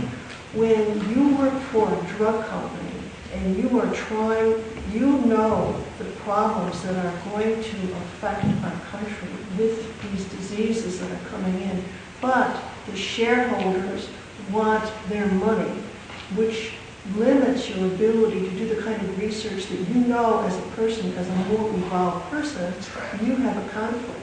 Yes, and, you do. Indeed, you do. When you know that children have special needs, but the community is not going to provide for these special needs, that makes you almost an accomplice in this kind of pathology that you have no control over. So That's called contagion in the ancient world. Do you hear she's saying that you inevitably, living in the social world, you are affected, I'll translate it, you're affected by dynamics in the social world which are fueled by grandiosity of a lot of other people, not just your own. And this is true. You see, this is part of coming to, becoming awake to the situation we're in. So that is certainly true. And I'd be the last person to tell you, and Carl Jung would be the last person to tell you that coming to consciousness is easy or it's not painful.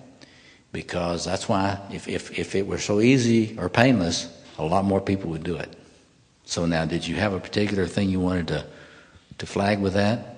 I totally agree with you. I was just telling this gentleman that there was a book that was written several years ago called Modern Madness. And it was commissioned by the federal government to do a study as to why government agencies don't work. And the man who wrote the book, I've forgotten his name, he was a psychoanalyst from the latest student in Washington, I believe. And he was also very grounded in corporate theory. So his premise was not why do government agencies don't work. He said that what's happening in our country is that this is across the board, that all of our organizations are becoming more bureaucratic. The hospitals, universities, the schools. And he said that with this bureaucracy, there is a hierarchy. And the people... Now, how does this really interface with what we're talking about here? I think that there are a lot of dimensions there, but can you just put it in the form of a question? He's saying that as you go up, you are shaped. And you are shaped within a sadomasochistic system. That's right. The people who choose not to go up, to become part of this kind of structure, they are the ones who are at the bottom trying to work out their spirituality. They may be scapegoated. This is true. And as a result, it said that because they are caught with a conflict of values, they develop addictions. Self-medication, a lot of us self-medicate in order to deal with these ambiguities and these conflicts we're in, moral ambiguities, spiritual ambiguities, there's no doubt about that. But one thing I would want to be really very careful about with this sort of thing, that is to say, one of the marks of sort of unconscious sacrificial stuff is when you get into a fantasy of powerlessness. That is to say, that's always an idealization. When you get into the fantasy that you have no power of agency, it's always an idealizing dynamic. And it's not to say that you've got unlimited power, but every person has got some power, and that they have to steward. And it's very daunting now for people who are trying to be awake. There's no doubt about that. But what do some people choose? They choose, well, it's too painful to be awake. Let's just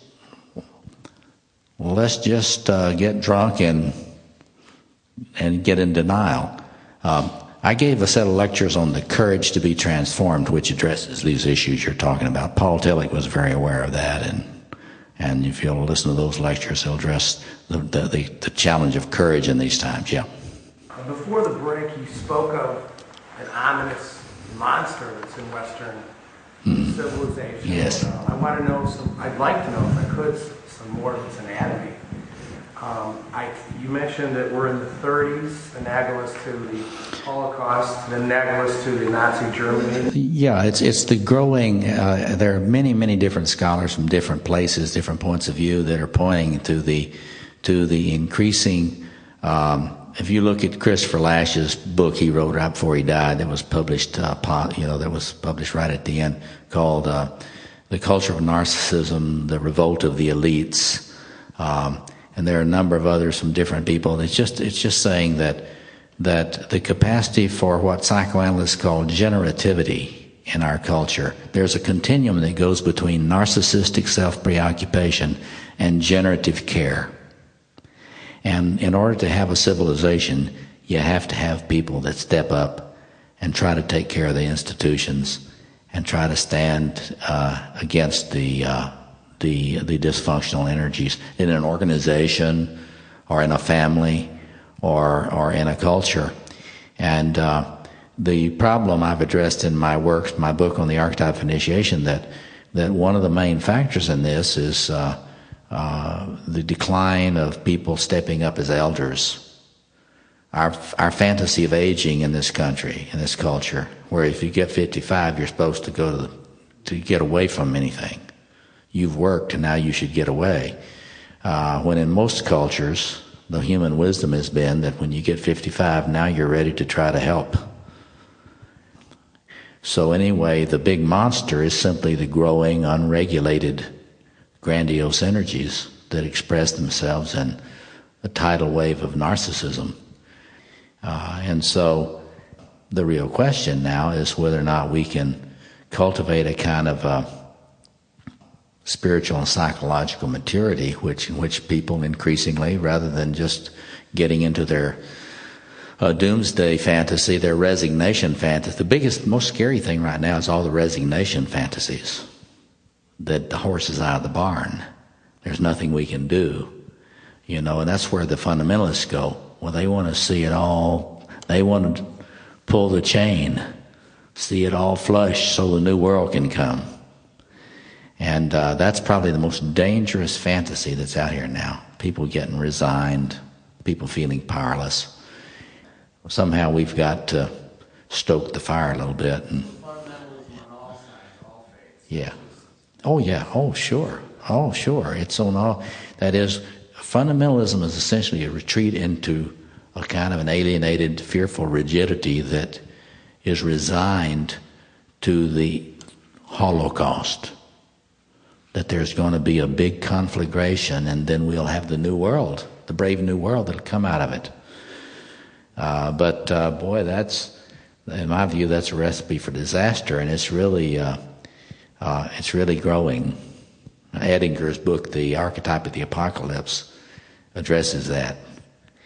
You know, a lot of these spiritual gurus have fed that. You know, the fantasy, oh, well, the horse is out of the barn now, everything's going to come to an end, we're going to have the nuclear holocaust, and then we'll begin again. There's that fantasy. That's an archetypal fantasy, and one we shouldn't be supporting, because that is predicated on all this archetypal stuff working out, and if we just kind of hit the restart button, then we'll be back to Eden. So would an individual psyche in that mode of this is the end of the world, yeah, aren't they much more apt to take rash, much more apt to kill? Oh, absolutely. That's desperation. See, when you're most desperate, you're at the end of the world, then you want to destroy the old world. And the other side of this coin is grandiosity too, because if you're apolitical and you just don't care about anything, and tell me how that's grandiose. Same as the Republicans, it's all. That's right. Well, how is that? How is that? He's saying that if you get into that, everything is messed up. The Democrats and Republicans, they're all alike. If you get into that, how is that grandiose? I think it is grandiose. It's grandiose because you're you're removing yourself from the process, number one, and just leaving it to somebody else. Yeah, you know, for the Adlerians, it's like Adler was really good at it. He really saw through that one, because he said anytime anybody declares bankruptcy, it's really a power move. It's really a hidden power move. It's saying, you do the work. You do the work. Let Jesus do the work. That's the fundamentalist fantasy, fundamentalist dependency fantasy. You know, Jesus paid it all. Let him do the work. You know, we're not going to bother with this or that or the other. But that's a harder one to see. You've got to really be able to see the inflation in the depression, the inflation in the resignation, to be able to see that. But the key is there's no generativity in that. There's no care. You don't. The dragon's going to kill. It's not going to do your dishes and do your laundry. I think that's why the Buddhists, some of these really mature Buddhists, they say chop wood, carry water. You know, if you're really in your Buddha nature, chop wood and carry water. That is to say, if you're really in your Buddha nature, you know, you don't get out of chores. And so that's a good point. Yeah, you were going to say something. I just need a little help with the fundamental terms about grandiosity and inflation. You're laying a lot of blame's not the right word, a lot of responsibility on those doorsteps in our inner work. And I just need a little help with what you're meaning that and its origins. I assume you mean it's coming from identification with this primal generator within, right? When you lose the differentiation between yourself and this solar power inside you, and you either, I talk about this in the Facing the Dragon book, you will either identify with that, in which you'll be a really arrogant individual and ego, and you'll function as if you are the center, or you will project that. You won't work it through, you won't get conscious of it, you'll simply project that on your wife or your boss or your guru or whatever, and that way you absolve yourself of any conscious responsibility for becoming conscious and stewarding that energy. And so that is the key thing about a Jungian point of view. That is, that solar energy is in you, and it's not going away, and it's not going to be analyzed away. You can't medicate it away. It's there, and the challenge of individuation is getting conscious about it and coming to what Edinger calls the ego-self axis, that is, consciously relating to it in as creative and responsible a way as possible. So you're absolutely right. I do put a lot of weight on that. I emphasize that in terms of practical concerns more than probably anyone else has. But I really believe it. I believe that getting conscious about these dragon energies in your personality and relating to them constantly, there's nothing in the world more important to you than that. Yeah, right here. I have two questions, one of which I'm really kind of like foggy about. Okay. And I'm in particular have in mind a client, 4-year-old male, going through divorce, lost his job, extremely suicidal, and obviously deflated. And you're telling me, no, he's really inflated. I don't get that. Well, you got to go back to the round to say when someone feels alienated, the ego becomes consciously alienated from the sense of the presence of the archetypal self. The ego is not aware that it's participating in any great energies. What you've got to get clear about is the archetypal self has not gone anywhere. It is very powerful in the psyche. And when the ego becomes that, when you become that deflated and feel that terrible about yourself, the proximity of the great self is right there, and it is experienced then. Here's where Freud had it. The punitive superego then is the form it takes, and it will assault the little ego in a very vicious and sadistic way. And so when the person is suicidal, they are experiencing an assault of the presence of the great self. When you're unaware of it and you're not on good, respectful terms with the great self, it will often attack you. And a lot of, we therapists talk about really negative self-talk.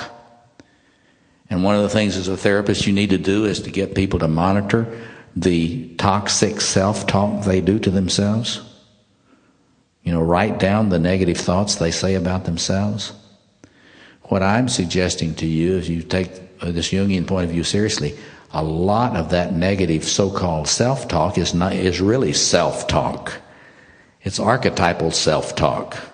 It's not really coming from the ego. The ego doesn't understand that voice is coming off of the adversarial presence of the great self, which the ego feels consciously. I'm little. But it's being attacked. In Adlerian terms, I'd say the ego consciousness is being attacked by the superiority complex. You see that a lot with people.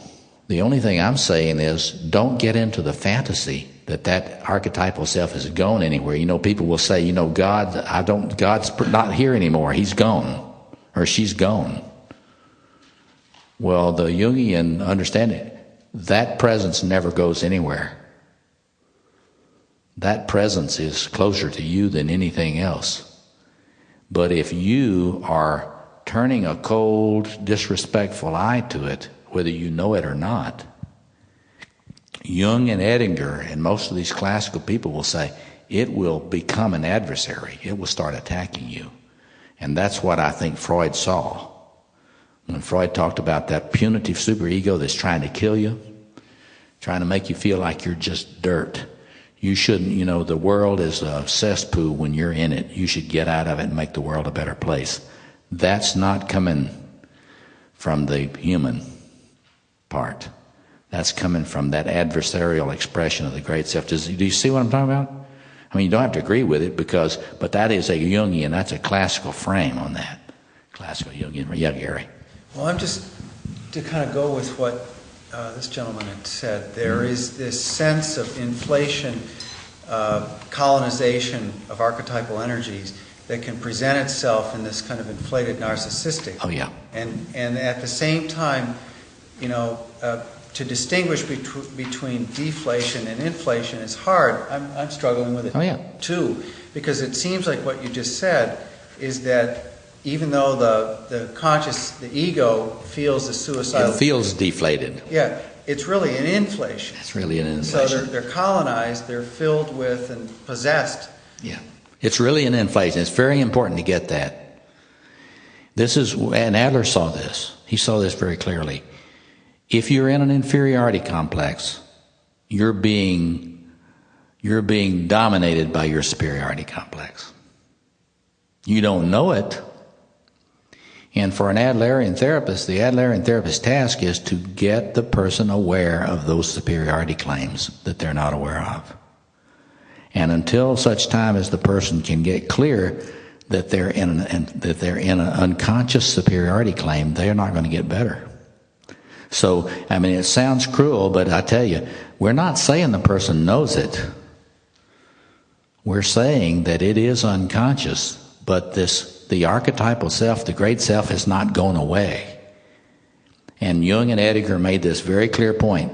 If you're not aware of its presence, you're going to generate a negative response on its part. Now, stay with that thought a minute. That means if you're not trying to live a synchronistic life, trying to cultivate, as Edinger says, that ego archetype axis, even if you believe in the archetype, even if you're a good Jungian, you believe in the archetypal self, but you're living your days and you're not aware of the presence of the archetypal self. It doesn't matter what you believe about the archetypal self. In that sense, existentially, what matters is if you're aware that you're never alone, and that you're aware that if you cultivate an awareness of its presence and try to be respectful and collaborate, be a partner of it, it won't attack you. You see, this is the existential issue. And this is why we're talking about this today. Because creative sacrificial process means you can't creatively sacrifice to a presence that you're not conscious of being present. And if you're not conscious of it being present, the ego has closed up. And Jung and Edinger warn constantly, don't do that. Don't let your ego close up. Why? Because when your ego closes up, it is declaring there is no other presence other than me. And Jung simply reports that when you do that, the archetypal self will turn a hostile face to you. That's the clinical experience. Now, does anybody not get that now? You don't have to agree with it, but I mean that's where the classical tradition is. Yes, Fred. Sort of like not recognizing that you have responsibility for your own life and actions. Is that what comes out of that? Well, but the opposite. It's not recognizing you have responsibility for your own life and actions, but it would also issue as if you thought that you had all the responsibility for your life and actions. That is to say, one mark of ego inflation is when you think you have more power than you do, or you try to live as if you have more power than you have. Did you see that? I mean, because this is why you need to work with people.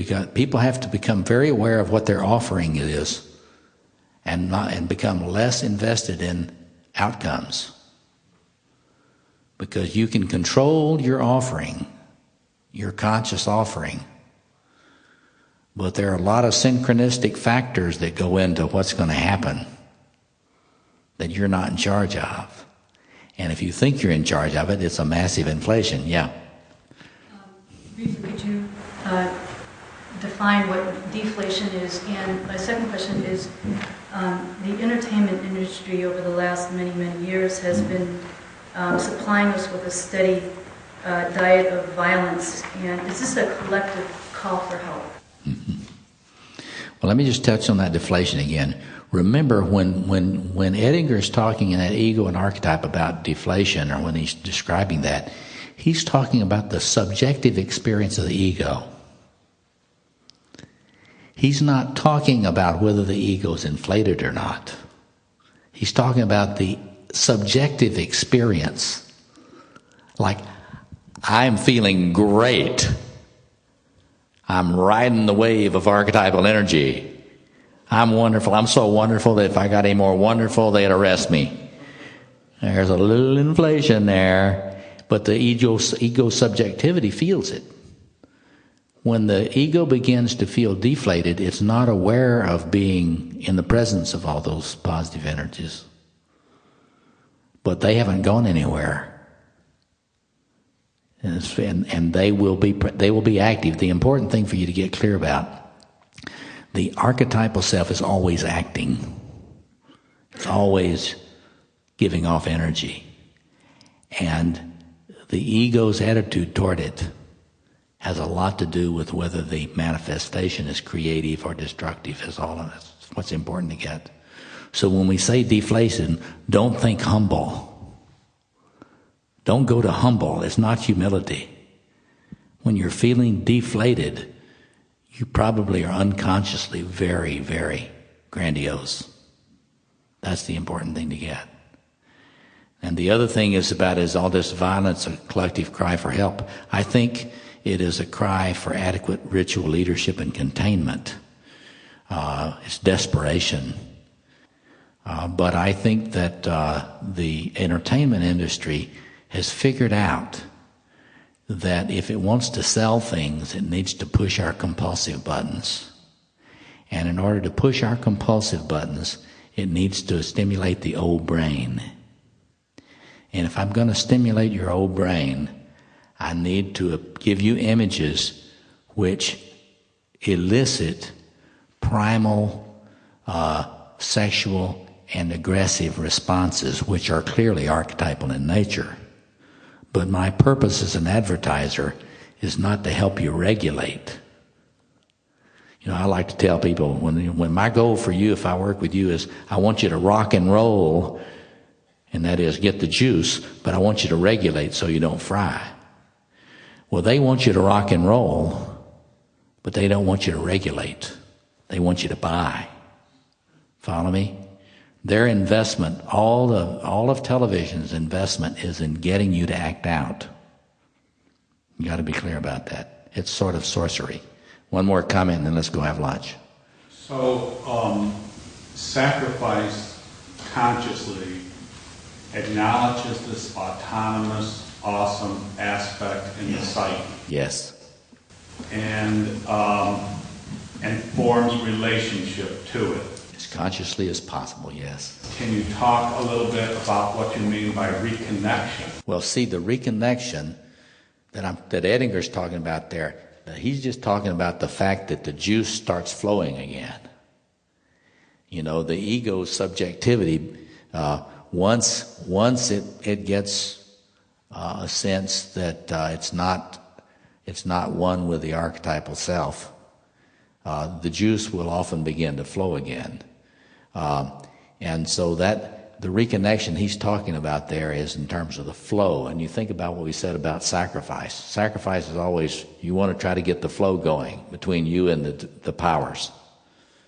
The issue is not, are the powers there? The powers are always there. In sacrificial process, you're trying to figure out what to do to get the flow reestablished. And that, the reconnection or that part would be the flow gets reestablished. But what I like to push in contradistinction to what Edinger pushed, my personal emphasis is on regulation. Because Edinger just said, well, you're going to get inflated, then you're going to deflate, then you're going to reconnect, then you're going to get inflated. Well, that's true in a sense, but I want to flatten out the wave. I want to get you to where you don't have to go as low, you don't have to hit bottom before you start getting more energy again. I want you to be able to tune it so that you don't get too manicky before you can turn the rheostat a little bit and fly a little bit lower altitude so you don't get lost out there, So Edinger didn't have benefit of a lot of the recent studies that we have of regulating these energies. but I think you get the drift. You got it right.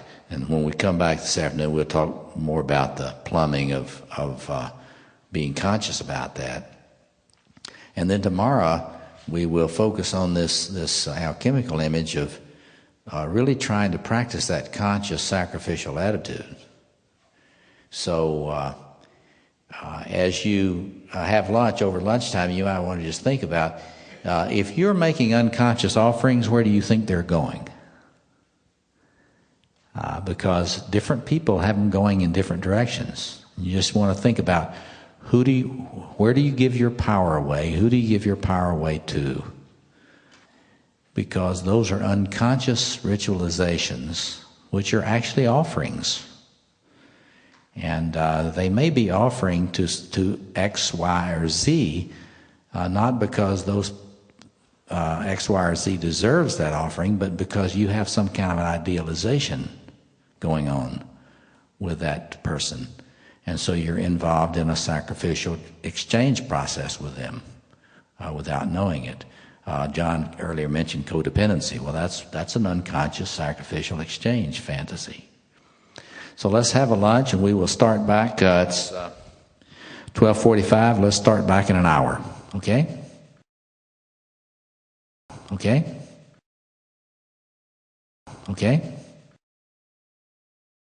Okay? Okay? Okay? What I'd like to begin with, and there's a huge amount of this material that's available to study. Let me just review briefly what we've talked about. We've looked at the preoccupation of pre-modern peoples with sacrificial dynamics. It's everywhere. It is. It's amazing the attention to detail and sacrificial process of pre-modern peoples across the globe. For a Jungian, we would say simply that is there. It's not just an accident. It's not just some interesting cultural anomaly. Archaic peoples, pre-modern peoples, were far more aware of what we would call the objective psyche than moderns. I say in the Dragon, Facing the Dragon book, that the dragon has increasingly improved its cloaking devices. So for moderns, the dragon is running amok, but folks have lost the capacity to see it. In pre-modern world, people were very aware of the great other, the primal other. They talked about it in all sorts of different terms: mana, the numinous energy. They talked about it in terms of spirits. They talked about it in terms of the ancestors. They talked about it in terms of the deities, the various deities. But they were aware of the great other. The thing about indigenous peoples and traditional peoples is they saw it outside usually. And when it got inside, they considered it a possession state, and they were not altogether wrong. But they fundamentally lived their lives in a huge projective field in which the primal dimensions of the archetypal self, the collective psyche, were experienced out here, not in terms of being a part of their psyche. But that made, so for a Jungian, you study that stuff to get a sense about the shape of all this before it all went under the cloaking devices of repression and secularization. From a Jungian point of view, that stuff hadn't gone anywhere. It's going inside. As Jung says, that has fallen into the psyche. It's off here. It used to be on vessels of projection. If you study Edinger's work, he does all this stuff about the way that all that energy used to be carried in the external religions. He's got all these diagrams. It shows all this archetypal energy, all this self-energy was carried in the religions, in the religious images, in the pilgrimages, in the ritual forms. And now with modernization, it fell into the psyche, into the unconscious, where people get overstimulated and act out. They still project, which we're going to get into in a minute, but they're not as aware of it. So contrary to the modern grandiose fantasy that we have become more conscious as moderns, actually we have gotten really, in this flatland, as Ken Wilber calls it, the flatland world, we have gotten more and more unaware of the great not me in terms of the ego, the great dimensions that are not me. And we still project it, but we do so usually in the horizontal realm with humans. And all those demons and all the power of all those gods and everything goes into ideologies, political ideologies. Increasingly, of course, it goes into various cult formulations of various kinds, including fundamentalist forms. But it is still extremely powerful. And so we're simply saying, as Jungian people that are doing Jungian reflection, the reason we come at looking at all this archetypal dimensions of sacrifice, the reason we're interested in it is because, we know that that's an expression of the objective psyche, that's still here with us. So we're looking at that to say, okay, now, what's down here underneath our repression barrier? What are we doing in our acting out?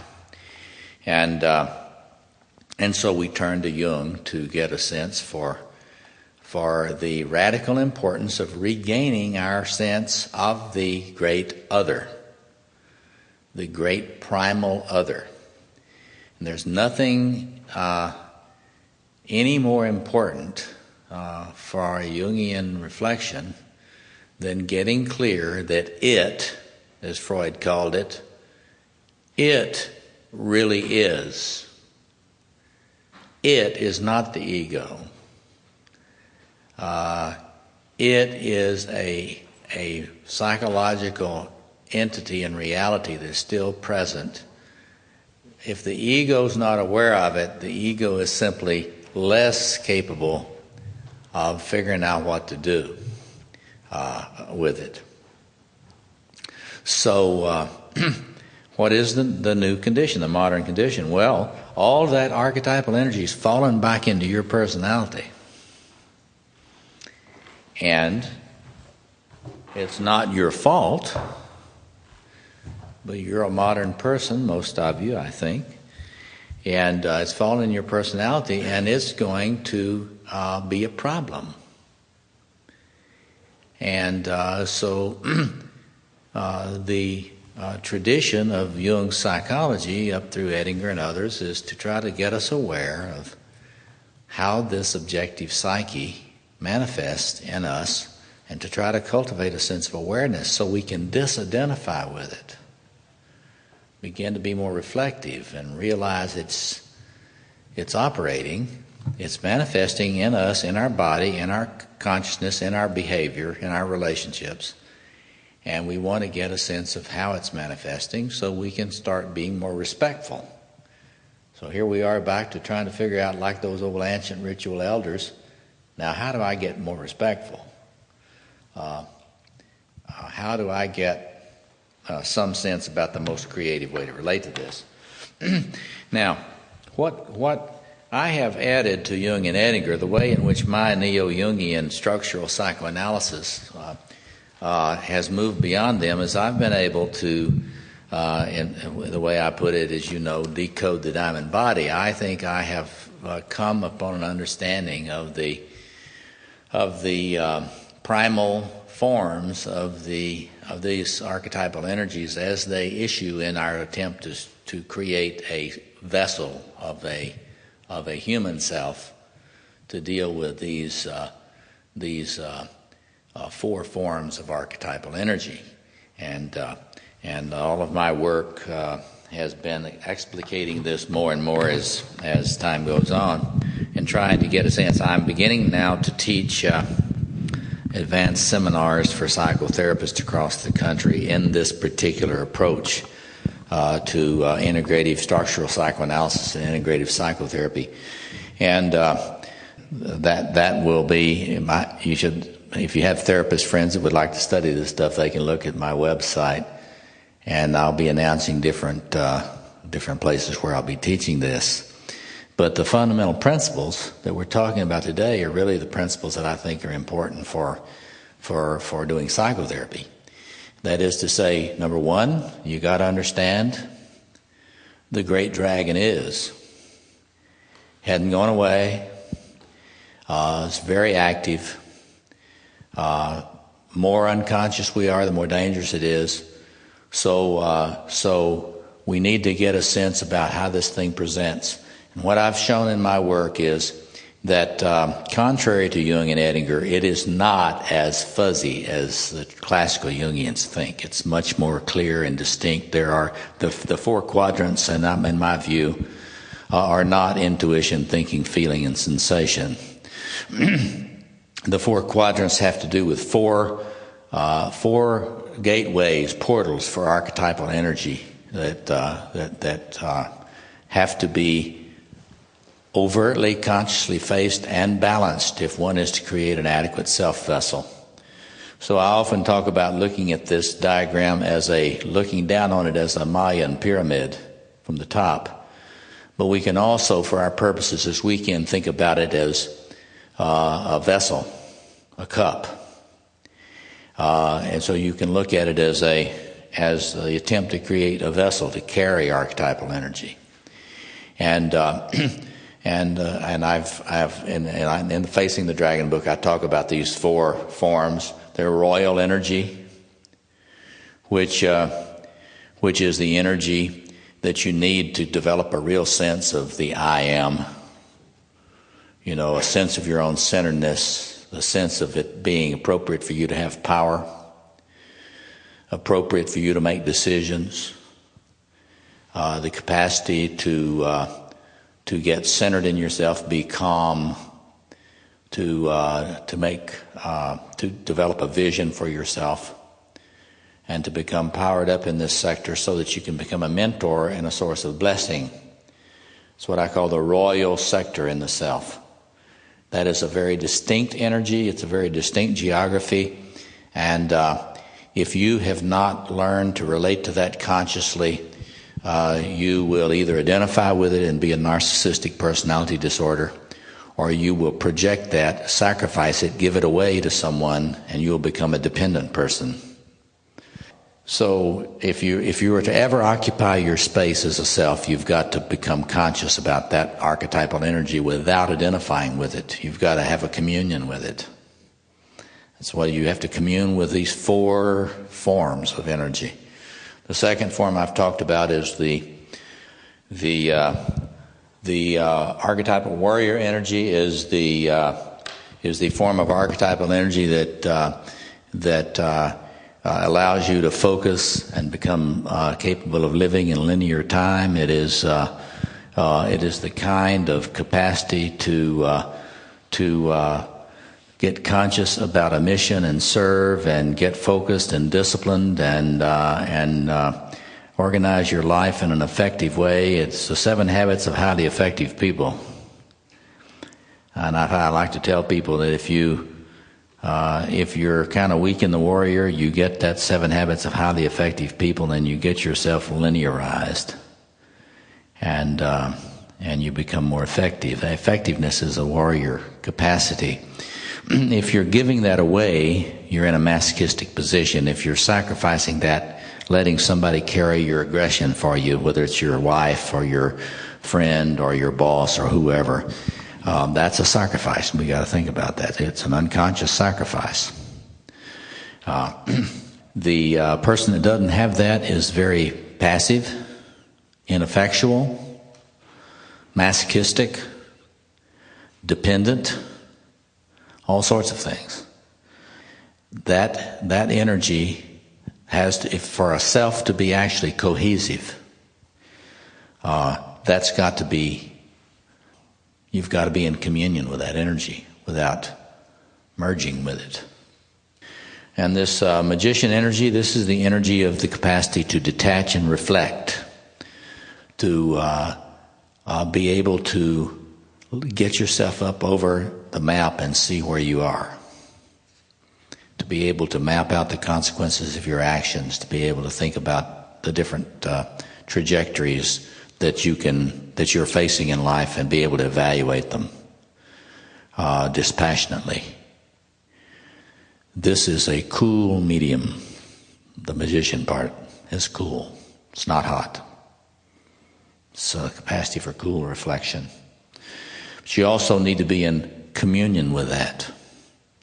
If it possesses you, you become cold and detached and ineffectual and uncaring and not present. If you are possessed by the magician, as I have been most of my life, you sacrifice everything else in your life. You give away your erotic life for other people that you think are beautiful to carry. You give away your aggression to those people that you think are stupid. You think they're stupid because they do things. You know, if you're possessed by the magician, you think that they wouldn't be doing all that if they really thought. You know, it's too complicated. So, and you give away your royal life. You give away any right to make decisions in spite of the ambiguity.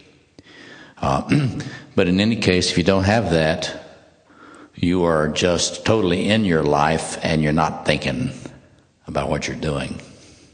See? And finally, the lover archetypal sector, that is the capacity really to be in connection, to be in contact, to experience, to feel, to love, to really see the beauty of. It's the appreciative consciousness. And you can look at all these in the different books that have been written on these. So there is this sacred geography in the soul. It is all the archetypal geography. And all of that is an expression of the archetypal self's potentials. And the good news is that all of that is in you. You're never out of touch with it. In fact, all of these archetypal energies are always present in you. That's the good news. If you're seeing a therapist that doesn't believe that, that's too bad. Because they will see you as somebody that is rather empty. And they will often not have any idea that there's a huge thing in you that needs to be brought forth. And that makes therapy very bad. I mean, that makes therapy very hard to do. If you're empty and I'm the therapist and I have the responsibility of putting all the good stuff in you, that's hard work. I don't know if I want to do this. But I don't view it that way. If when I work with somebody, I assume there are worlds inside them. That's good and bad. That is, when a person wakes up to the fact that there are worlds inside them, regulation becomes a conscious problem for them.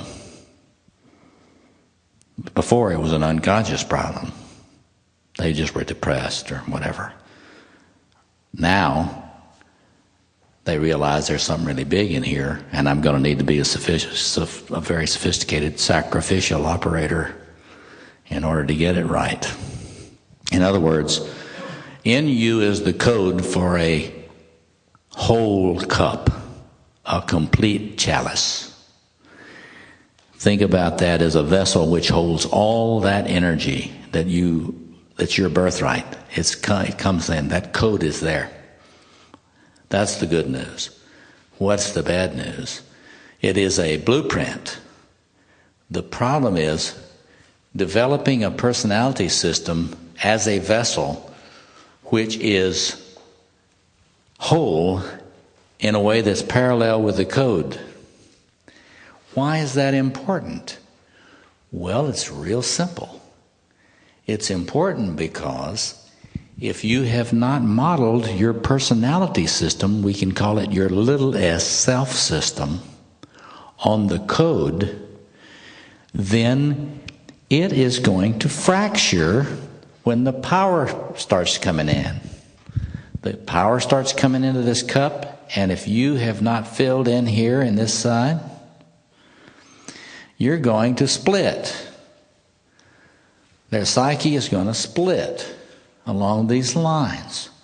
Or if you've not filled in this sector, there's going to be splitting along these lines.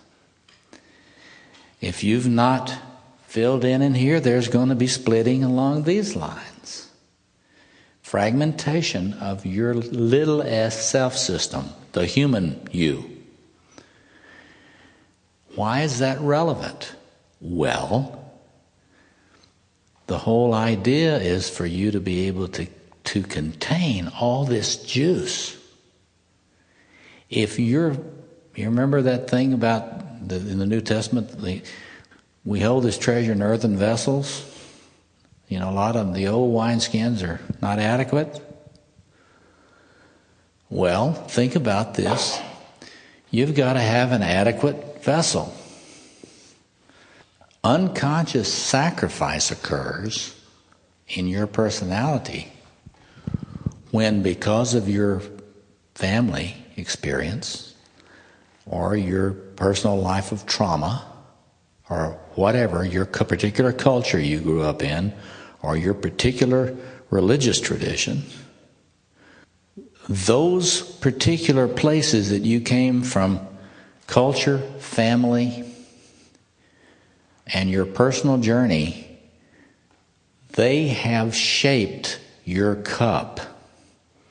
They have influenced which sectors of your little s self have been able to be built in a way that can contain all this archetypal energy. Remember, the archetypal self has all these energies. And they're always going to be trying to become expressed in your personality.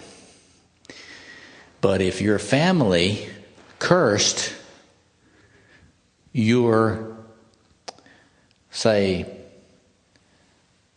family taught you that you better shut up and be nice. So they did not bless the part of you that is assertive. They taught you you must be nice at all cost, or you will be rejected. This means that your vessel, the vessel of your personality, is going to be very weak. And it's not going to be weak all over the place. This is what it's very important for you to get. It's going to be weak in a very specific way. This is what I call structural analysis, structural diagnosis. When you're making a diagnosis or assessment of a personality system, you don't just treat everything like it's a nail because you've got a hammer. You have to figure out where is the weakness in this personality system? Where is it not balancing the opposites? Where has its particular developmental history led it to be not capable of balancing the opposites? So we'll say this person, they had to be nice. Well, does that mean that part of their archetypal self disappeared? No. It's just that the ego cannot feel comfortable with it. So what happens to it? It gets projected on someone, usually. And this is a continuum, but it is not being related to consciously by that personality. A lot of the time, this will build up in rage under the surface. So it will build up in rage, but that is not available to the conscious ego. Do you follow me?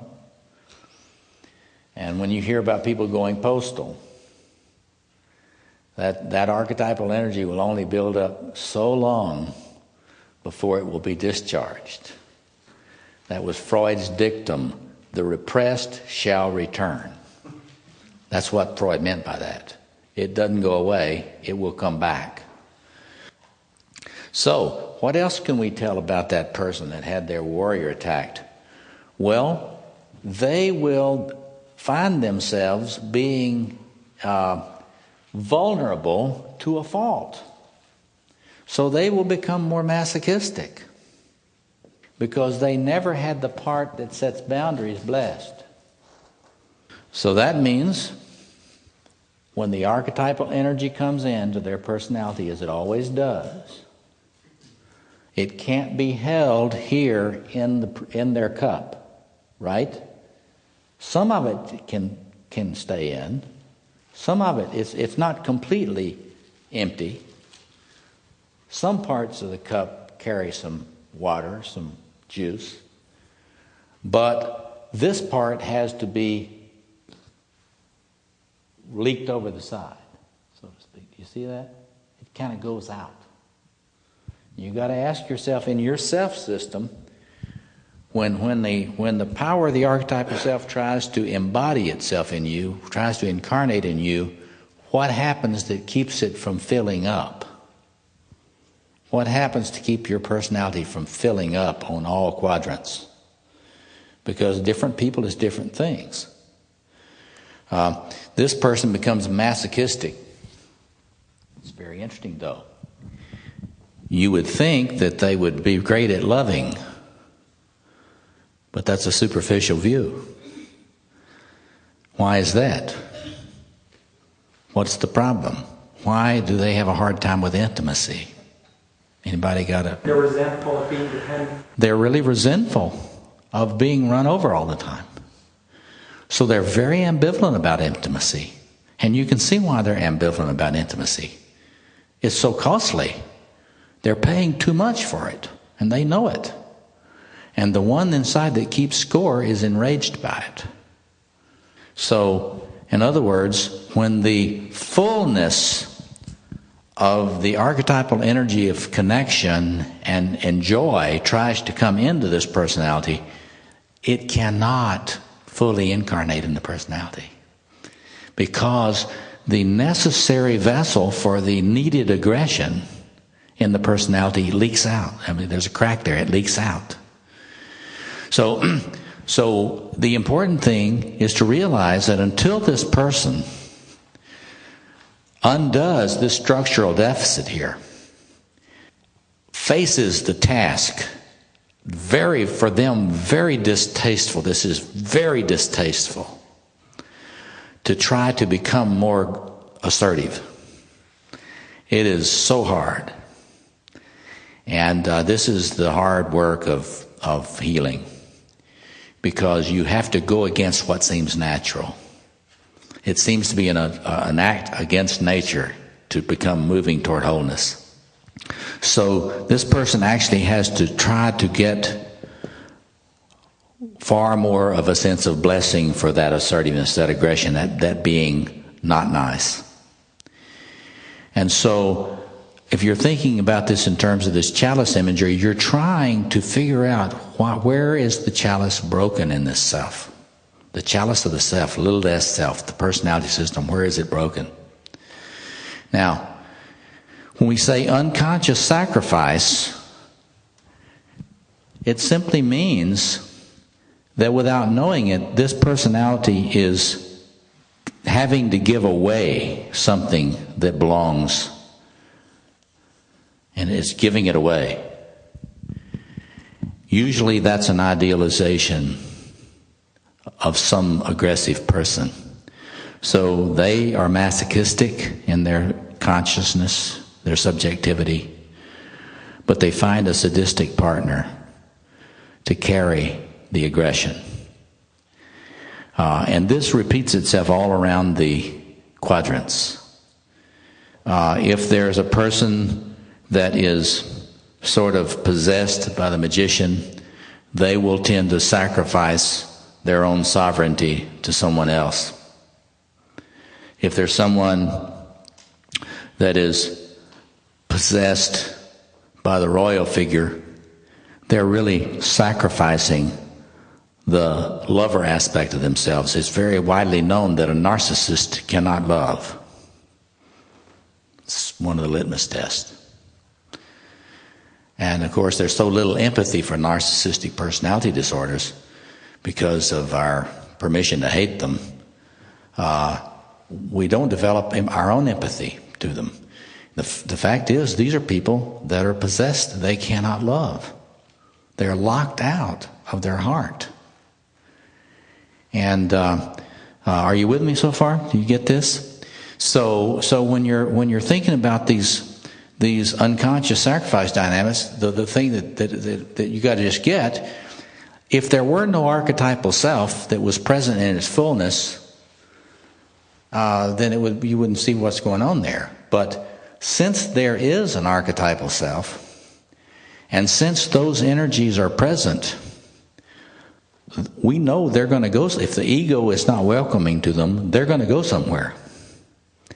So when you're becoming conscious about your own alchemy, you got to try to figure out, okay, let's assume I'm probably leaking archetypal energy. That'd be a pretty safe bet, unless you're a sheikh, a realized ascended master or something. You're probably leaking archetypal energy. The question then is, where are you leaking? So you want to kind of figure out where your ego system, your personality system, your little s self system, I'd rather say, where did it get blessed so that it is okay in your personality to think of yourself as communing with that particular archetypal energy? So the first thing, and tomorrow we're going to be addressing this problem in more detail, but in regulating archetypal energies, there are three things you got to deal with. First, you got to find it.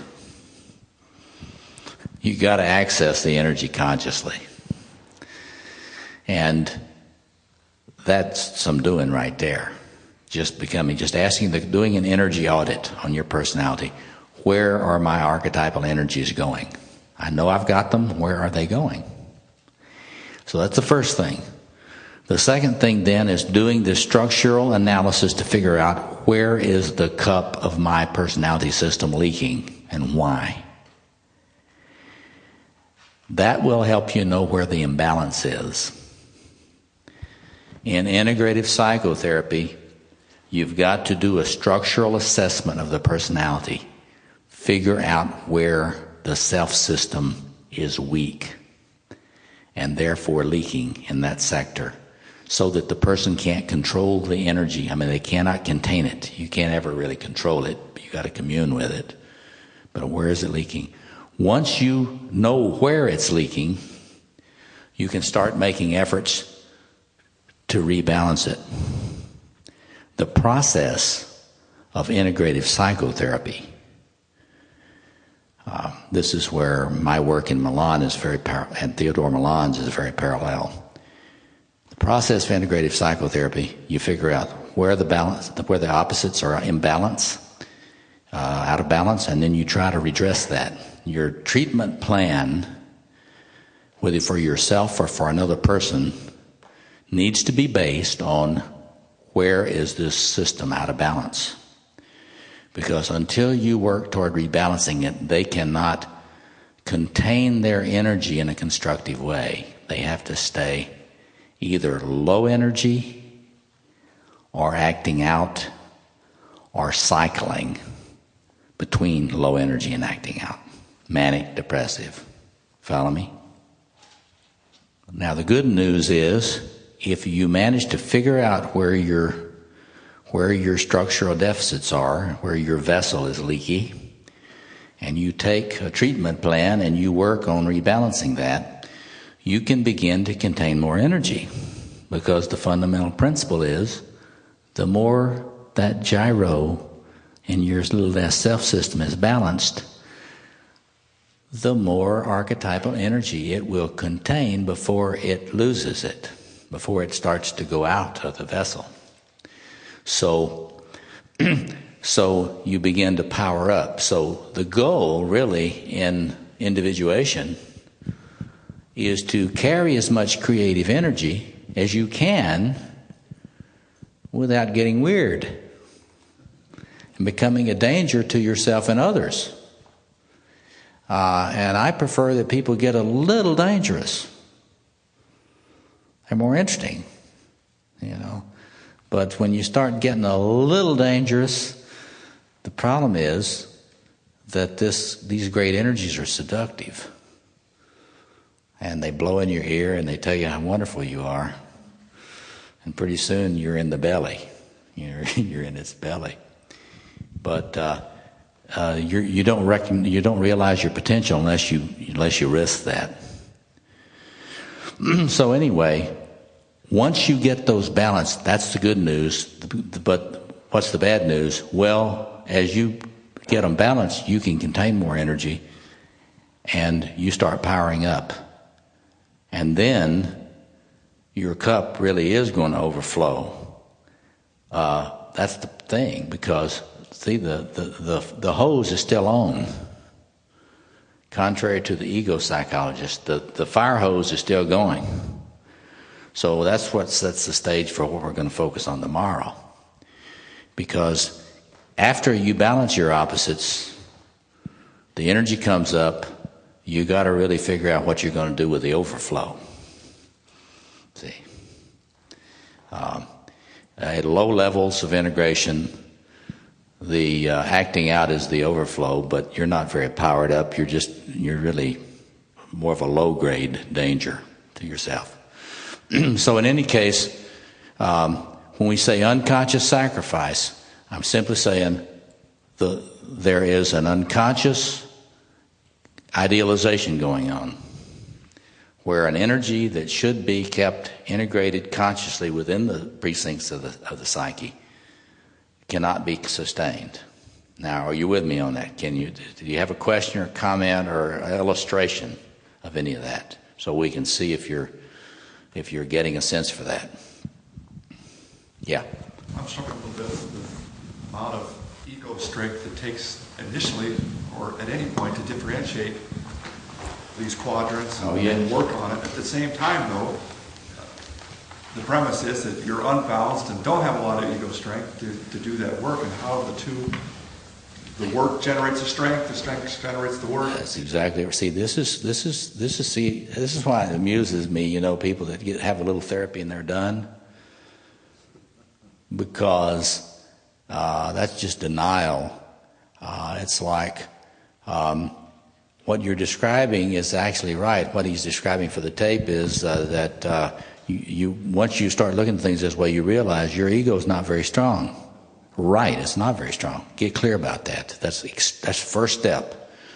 It's not near as strong as most theorists think. That is to say, I'm fond of saying, we're all closer to being psychotic than we want to admit. And that's why we got so much anxiety. I mean, why we got all this anxiety and depression? That's because we're far looser organized than we really think. And, you know, we've got this habit now of thinking, oh, well, I'm just depressed. There's nothing wrong about it. Just basically, I got a biochemical problem and I'm just depressed. Ooh, that cleans it up a lot. That makes it look a lot neater, more controllable than it really is. So that is the beginning, what they say, that's the beginning of wisdom right there. We say, oops, I'm not as in control of this as maybe I thought. So now I need to turn up the light and start looking at what are the evidences of where my ego really isn't working well. That is, maybe I haven't really done a very careful audit of how addictive I am. And then, I start noticing how much of my life is really very rigidly and compulsively structured, which I was in a fantasy I was choosing. So it's going along with the lines of what you're saying.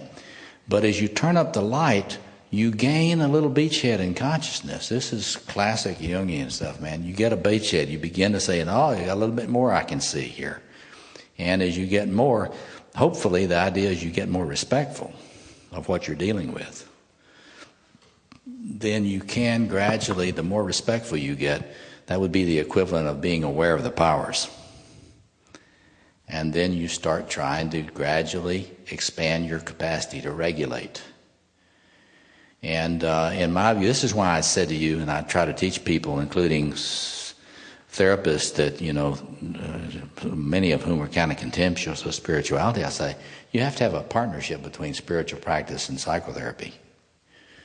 Because the spiritual practice is a person's getting consciously disciplined about what they're trying to do to help them regulate. And so when you're working with a person or yourself, you need to see this as an integrated spiritual treatment program to help you support your consciousness. That is, you have an exercise program. You watch your diet. You watch your caffeine intake. You watch any psychoactive, psychotropic substances. You become a lot more careful to be aware of what are the signs. This is what I like to teach therapists. What are the signs of a person not regulating well? Because once you start to think about the question, whether you're a therapist or just a person trying to be more creative, you say, how well am I regulating? You got to ask that question. And then you got to try to be as honest as possible. And gradually, just like you're saying, gradually, just by being aware that it's hard, your muscle gets stronger. It's very much like weightlifting. I love to tell people. It's like weightlifting. It's muscle tone of the psyche, yeah. How, as a therapist, if you're dealing with someone who say is depleted in any form, or whatever, and you start working with that person on building up that particular aspect of the personality structure, and they get it built up, but at the cost of another point in their personality structure. How do you avoid that pitfall? Well, the real news is, for a practicing therapist, is you're hoping as a practicing therapist to help them keep it between the ditches, because it's hard. You see, that person is locked in a structure. A person will become locked in a pattern. And we have to be more respectful about the neurotic pattern a person is in, because it's an achievement, it's a construction. It helps them regulate. It's very costly. A neurosis, a neurotic pattern is a very costly thing, but it's better than psychosis. And the same thing is true of an addiction. It's better than psychosis. It's costly. But before you jump in with all your bag of tricks and open up too many cans of worms, you got to realize that when you open up these when you start bringing in that other archetypal energy that's been absent, you got to be careful, because it always destabilizes the system temporarily. So this is what any practicing therapist, you just got to learn.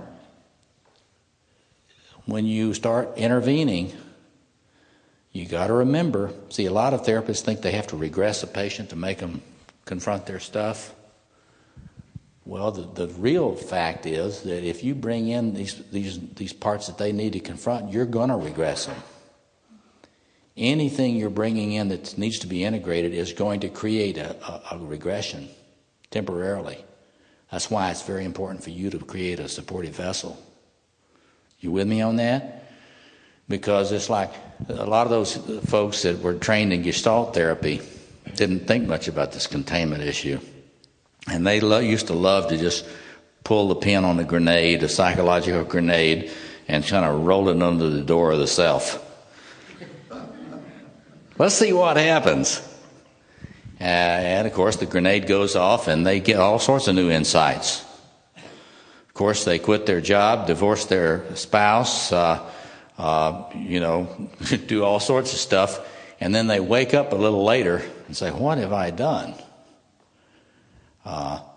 And so the fact is, it is very important to be aware as you're tinkering, to respect the adaptation that they've already made, and try to do, what do you say in 12-step programs, the baby step version of integrating this new stuff. It's not romantic, but at least it minimizes the level of chaos that occurs through transformation. Transformation brings in, hopefully you're inoculating folks with with archetypal stuff they need to have permeate them, but you try not to kill them with the vaccine. See what I'm getting at? It's a real legitimate for a therapist, especially somebody working on the front lines, as many therapists are, not working with highly functioning people. My basic sense that I say to therapists I'm trying to train is, let's don't over assess the organization in this personality. You need to realize the personality may be more loosely organized than it looks. Until you know otherwise, you have to be very thoughtful about your interventions. There are some interventions that you can do that are not going to destabilize the personality. And one example of that is if you help a person develop a regular exercise program that will help them contain things. There's all sorts of research evidence that supports that. And it will help you build the kind of base that you need for helping them bring in the scary energies. So, but that is the kind of question that we need to be addressing. Other comments or questions about this? Do you see what I mean? Monitor where the idealization is going. That's an unconscious sacrificial energy. It's going somewhere. If you don't know where it's going in your personality, you cannot make sacrificial enactments consciously to try to correct it. Okay, let me open it up. Other questions, comments, observations, case examples. It seems there's a point where the growth process has momentum of its own. Yes. And that you really don't control the growth process, it just happens. And it propels you, and then the next step is you integrate where it must take. Right. She says that there are places that you get where the growth process starts having its own momentum. There's no doubt that that's true. And Jung always pointed out that when you begin to integrate an archetypal energy, it will come in and compulsively. He talked about the monopersonality phase. That is, we'd like to have it be really elegant and neat so that if I bring in one of the split-off sacrificed archetypal energies and I bring it in, that I go from not having it here to a nicely tuned integration. That's not the way it normally works. You start bringing it in, it has a momentum of its own. It pushes you in that direction, and that's a kind of a manic phase in that energy. You can have a little bit of a manic phase in any of these energies. You can get manically active, manically caring, manically erotic, manically reflective. Do you follow me?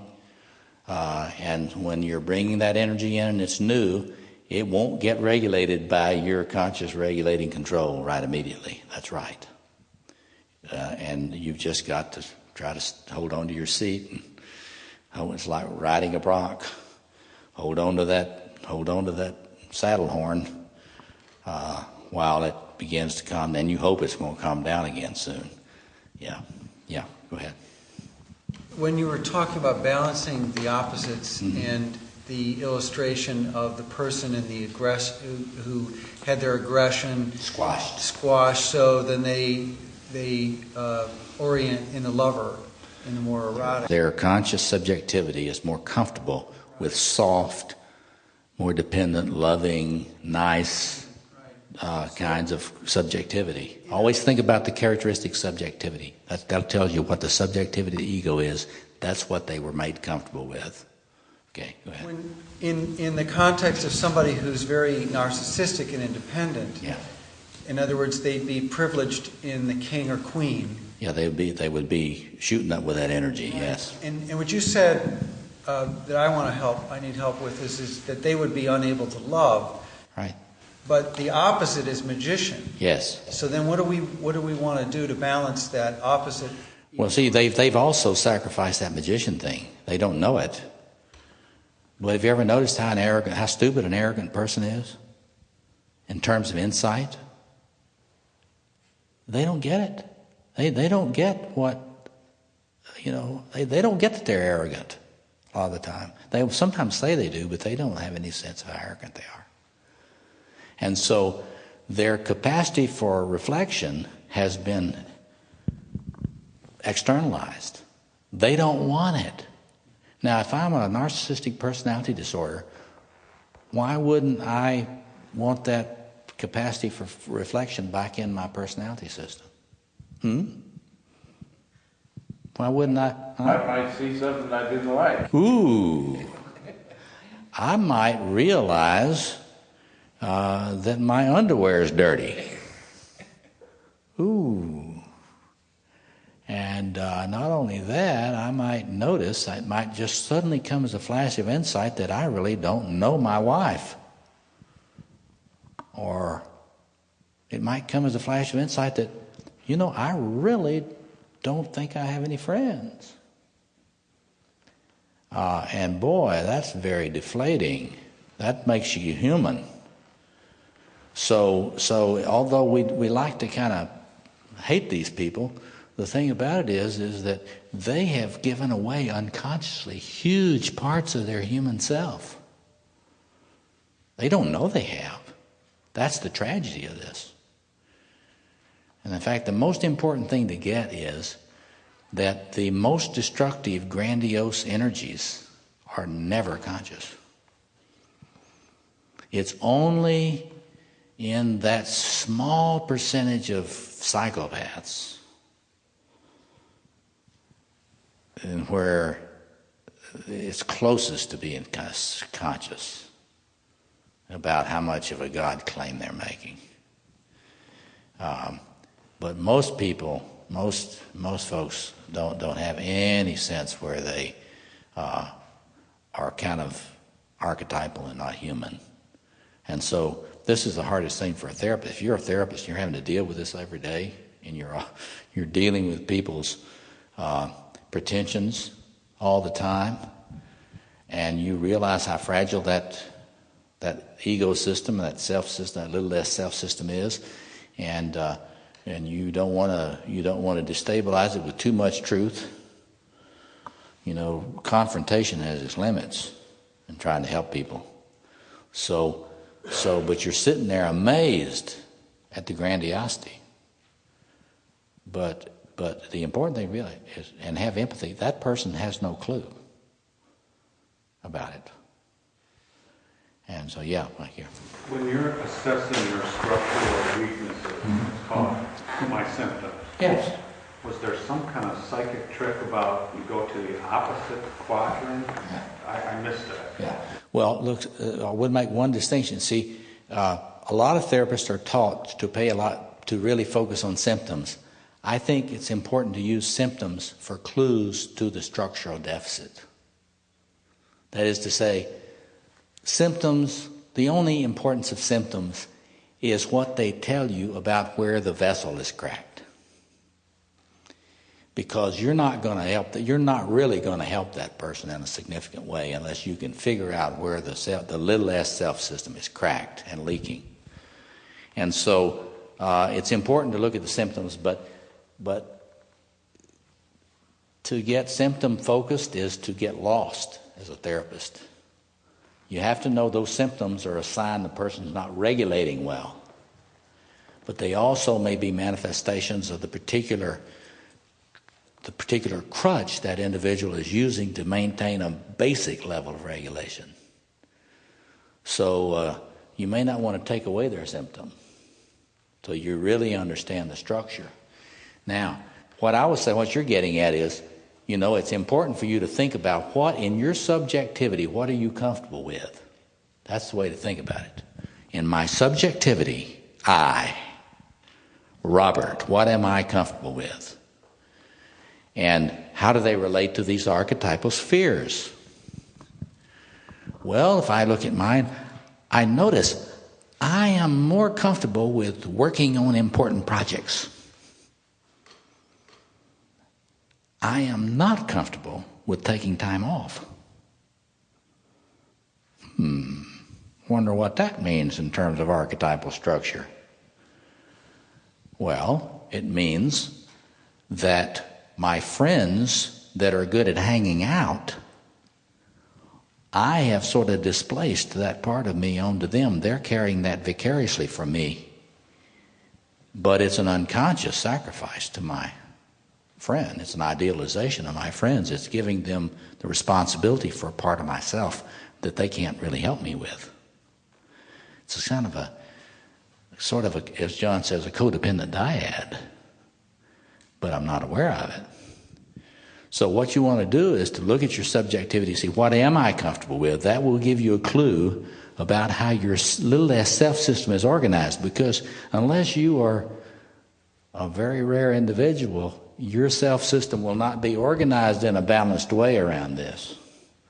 It will be organized here, or it will be organized here, or it will be organized here, or it will be dominated. Particular personality disorders are dominated by one or two of these archetypal geographies. And what I do when I teach this structural diagnosis is, and this incidentally is very interesting, even though he's not a Jungian, this is the way Theodore Milan approaches it when he's doing his own version of this diagnostics. He is looking at what the opposites are that the personality privileges. Which pole does personality privilege? He uses, Theodore Milan uses,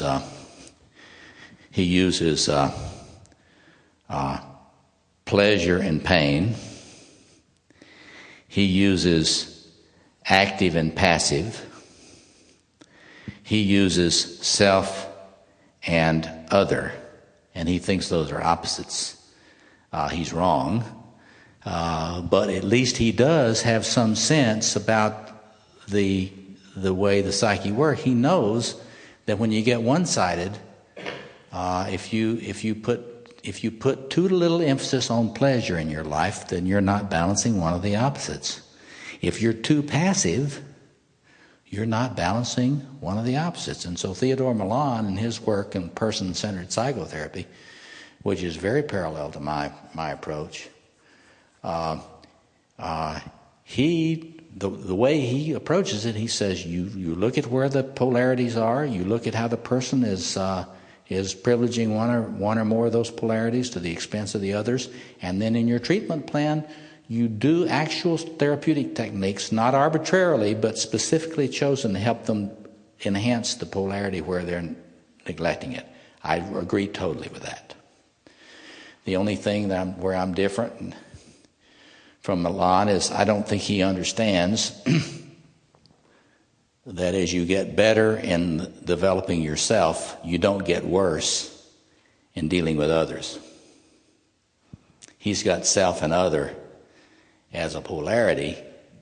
I think as you get stronger in your selfhood in a mature way, you get more capable of empathy for the other.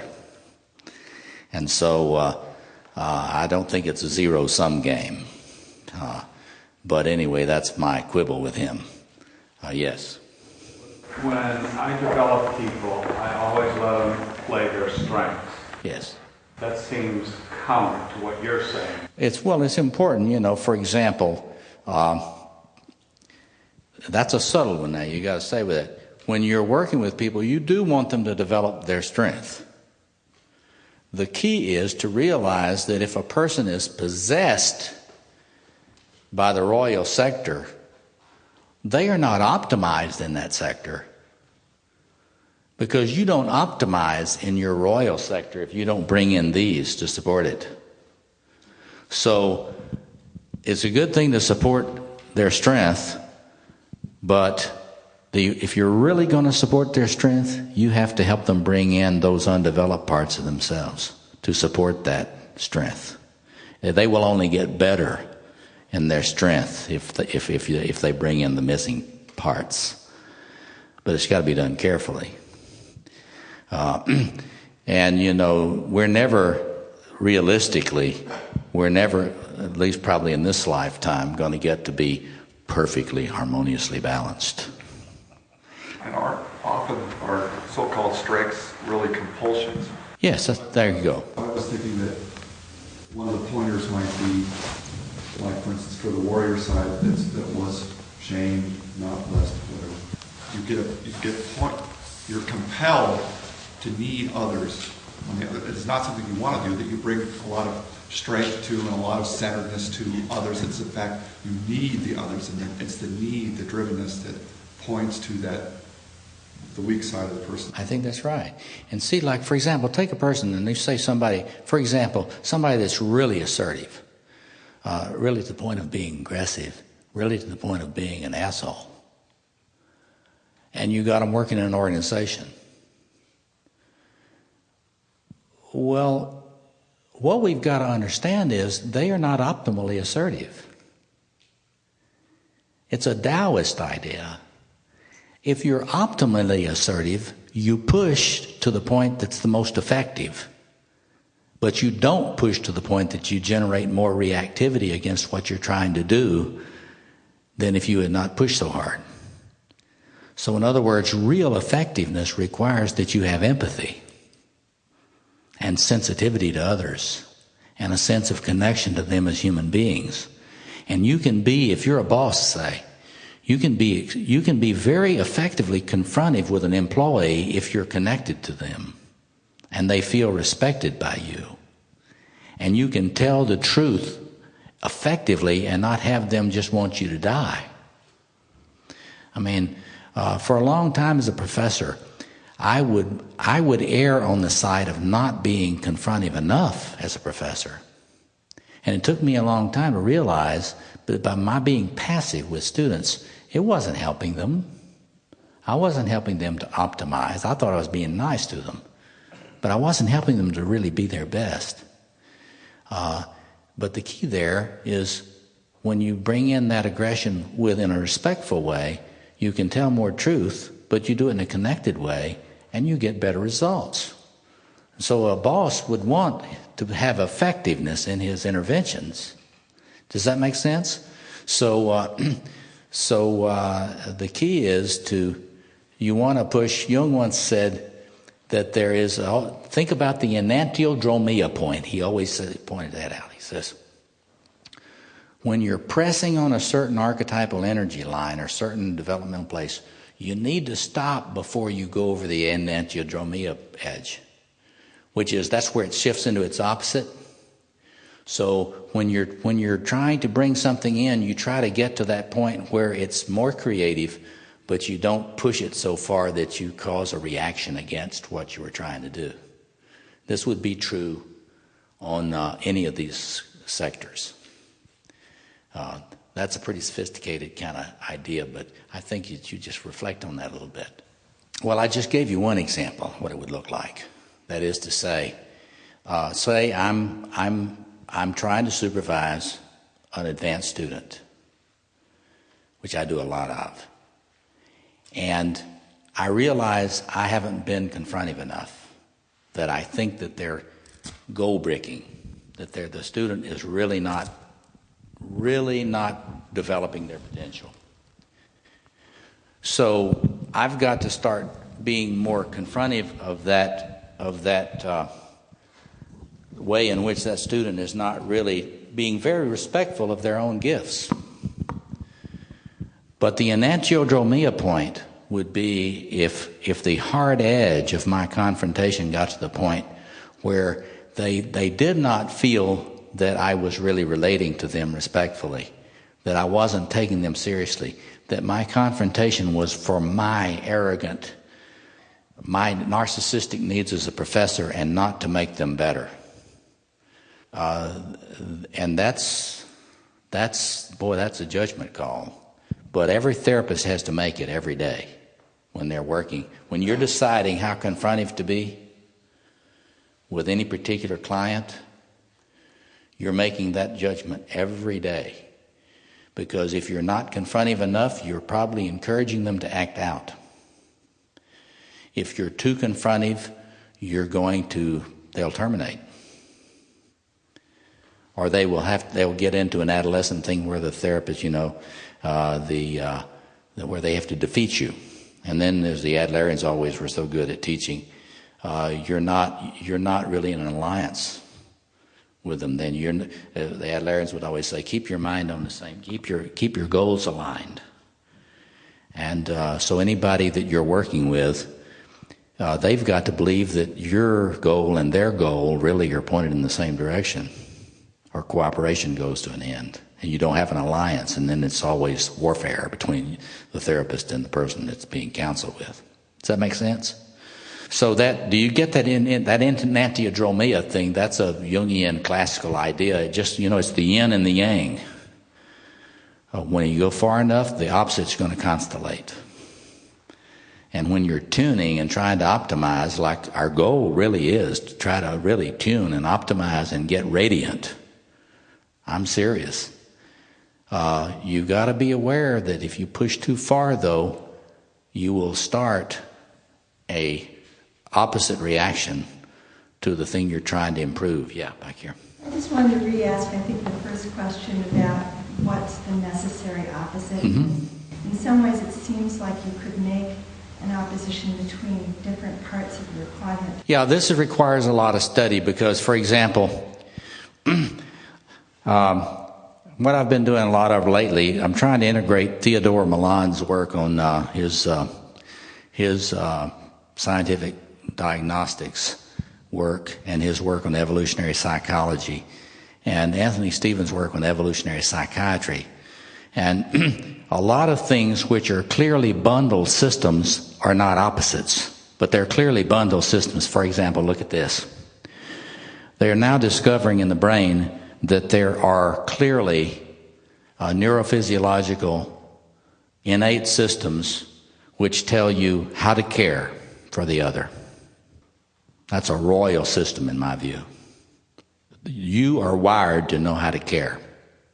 You may not have accessed it, but it's in there. There's also in you a brain system. It's species-wide. There's a brain system that knows how to be cared for. See, the lover doesn't care for others. The lover wants to be loved. Love me.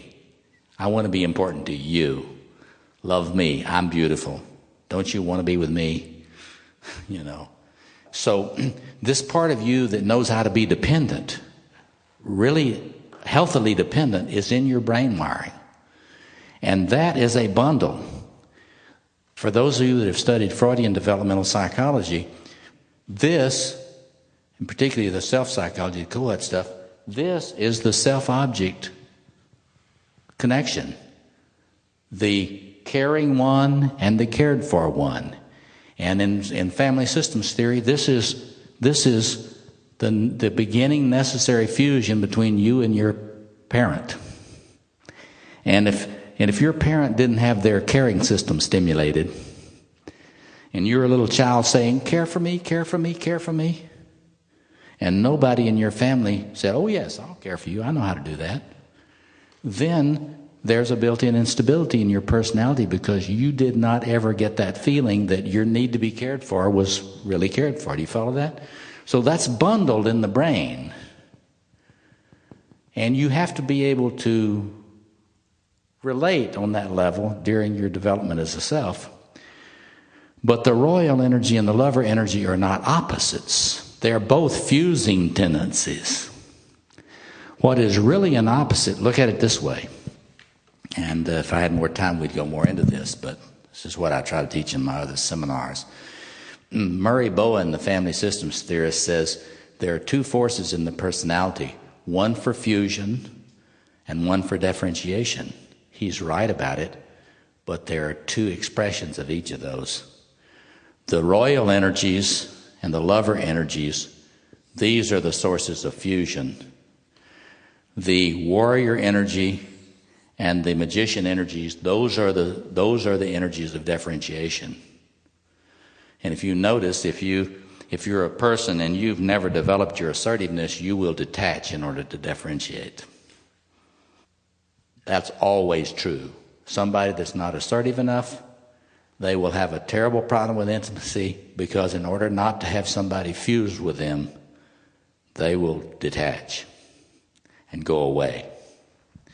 So in any case, the royal energy has to be seen as an attempt to create a world, and it's got to be understood that the opposite of that is the deconstructionist, the natural deconstructionist in the psyche, which is that trickster magician energy. And it's easier to see the opposites between the warrior and the lover, because one of them is clearly active and the other is clearly passive in terms of receptivity. But that does require some study to get clear about that. What I've been doing in my research is I'm continuing the whole thing about looking at the comparative mythology to see how this shook out way back before it all got kind of mixed up. And in the ancient world, after the split between the different divine energies occurred, after the indigenous tribal setting, the research shows that the different gods and goddesses are gods and goddesses of the different quadrants. And so Mars, for example, is a god of the warrior quadrant. Zeus is primarily a god of the royal quadrant, and so on. But go ahead, other comments or questions? Let's see how we do. We need to take a break soon. Yeah. I don't see where sacrifice fits in here. I mean, I see that historically we have done it, but I don't see the real... Conscious sacrifice does not fit in here. Conscious sacrifice we come to tomorrow. Okay. Unconscious sacrifice fits in here. And you got to understand that when you split, you're unconsciously idealizing. You're giving away the part of your psyche that your subjectivity is not comfortable with. Whatever your subjectivity is not comfortable with is being externalized out of your personality system, your conscious personality subjectivity. And is that related to ritual sacrifice? Absolutely. It's related. That is to say, but when in the ancient world, they were clear that they were relating to the powers out there.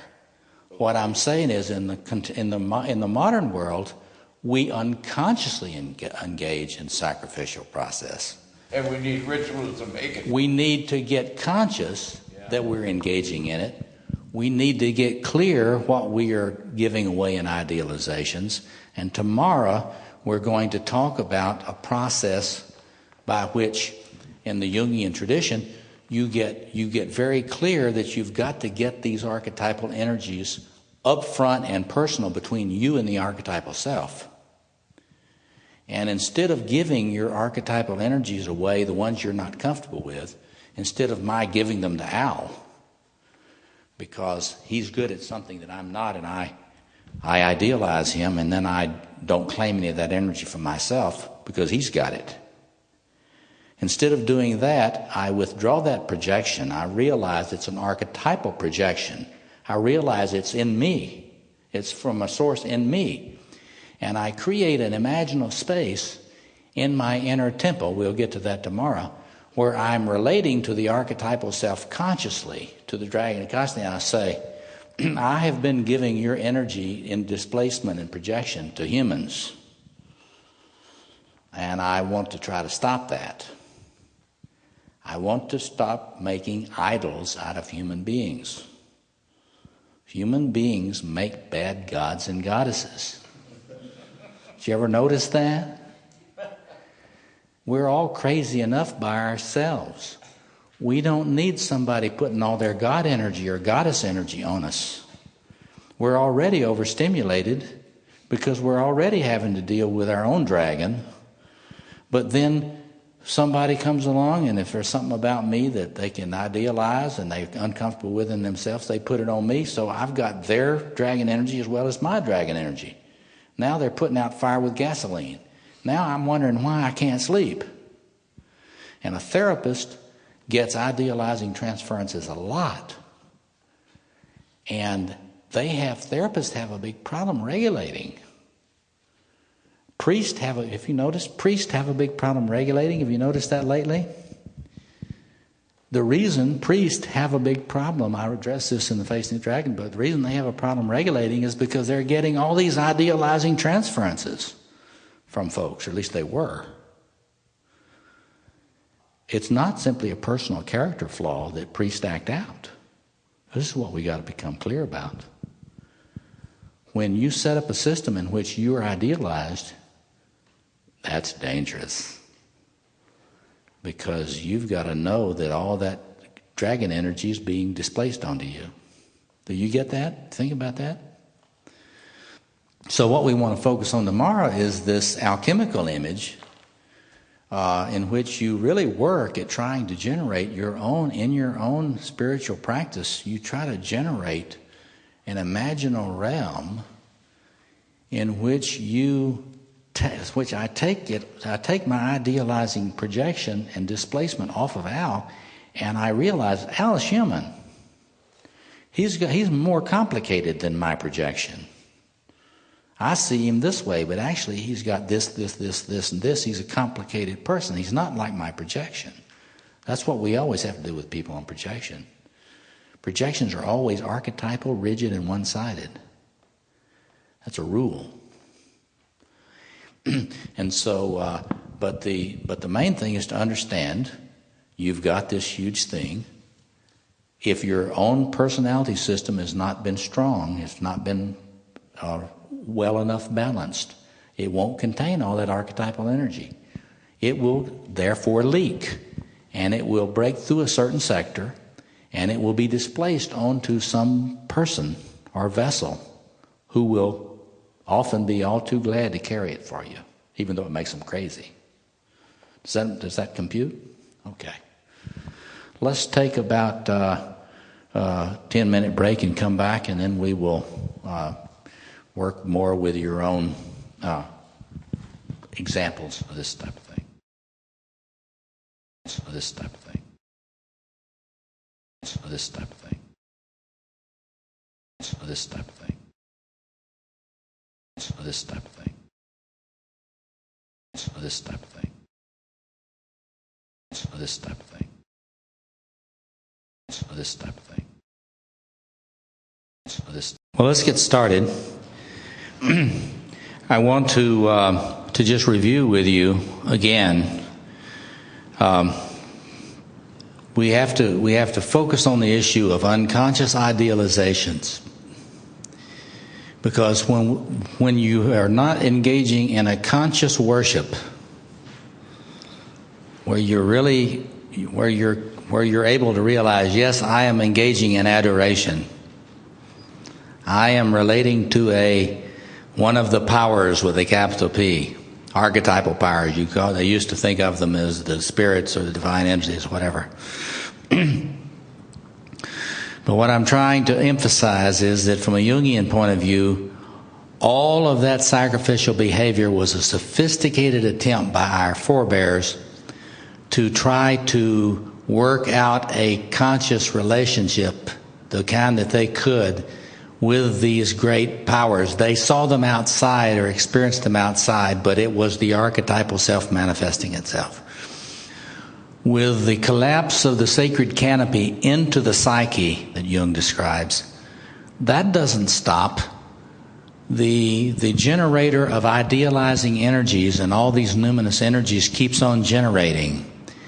And so most of us start engaging in unconscious idealizations whereby we attempt to give away this divine energy to usually some human. That is what we call formally idealizing projection or transference. It's important to understand that that is going on. And you say, well, what's the challenge? The challenge is to integrate the self system, the little s self system. You know, the archetypal self is always integrated. We don't have to worry about the integration of the archetypal self.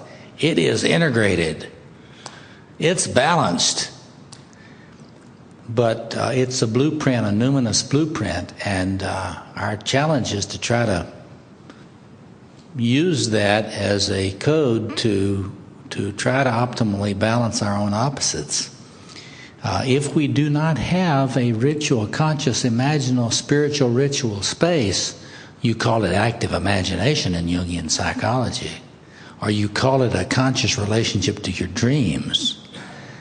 But it's a conscious relationship to the communications of the great other, the primal other, in Jungian psychology. If you do not have a process in which you're engaging in a conscious relationship to the great inner other, then you unwittingly are doing something with all that God projection. And when I say you're doing something with it, you're usually offering it, just as the primitives did, but you're offering it in not very conscious ways.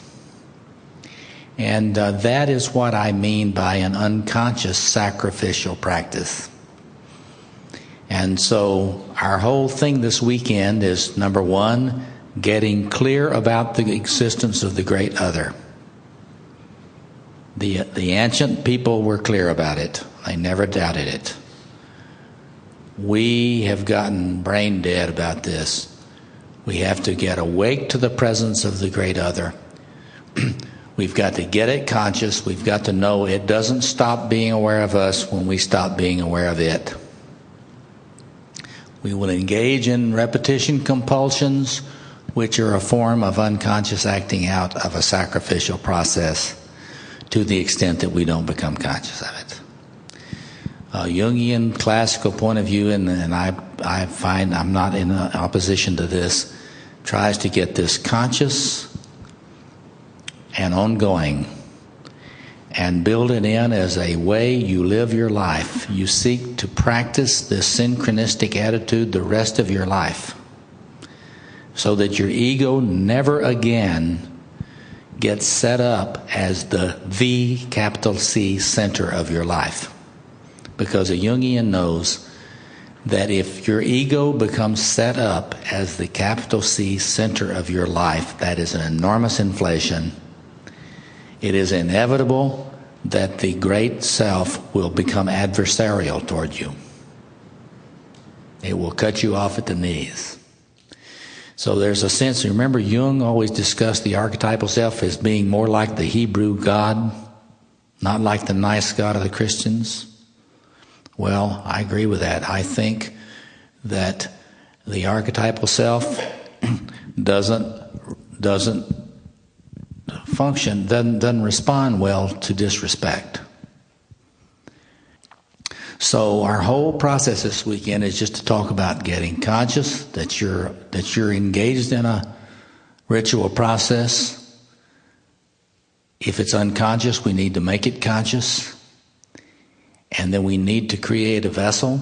We'll talk about that tomorrow.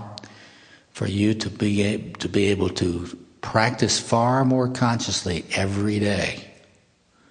What's the goal? The goal is not to damp down or repress your archetypal energies.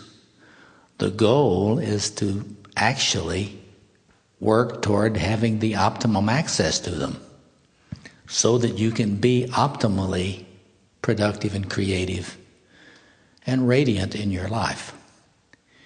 I've come to believe that your potential is enormous for carrying a lot of archetypal energy in a healthy way. But it can't be done without doing this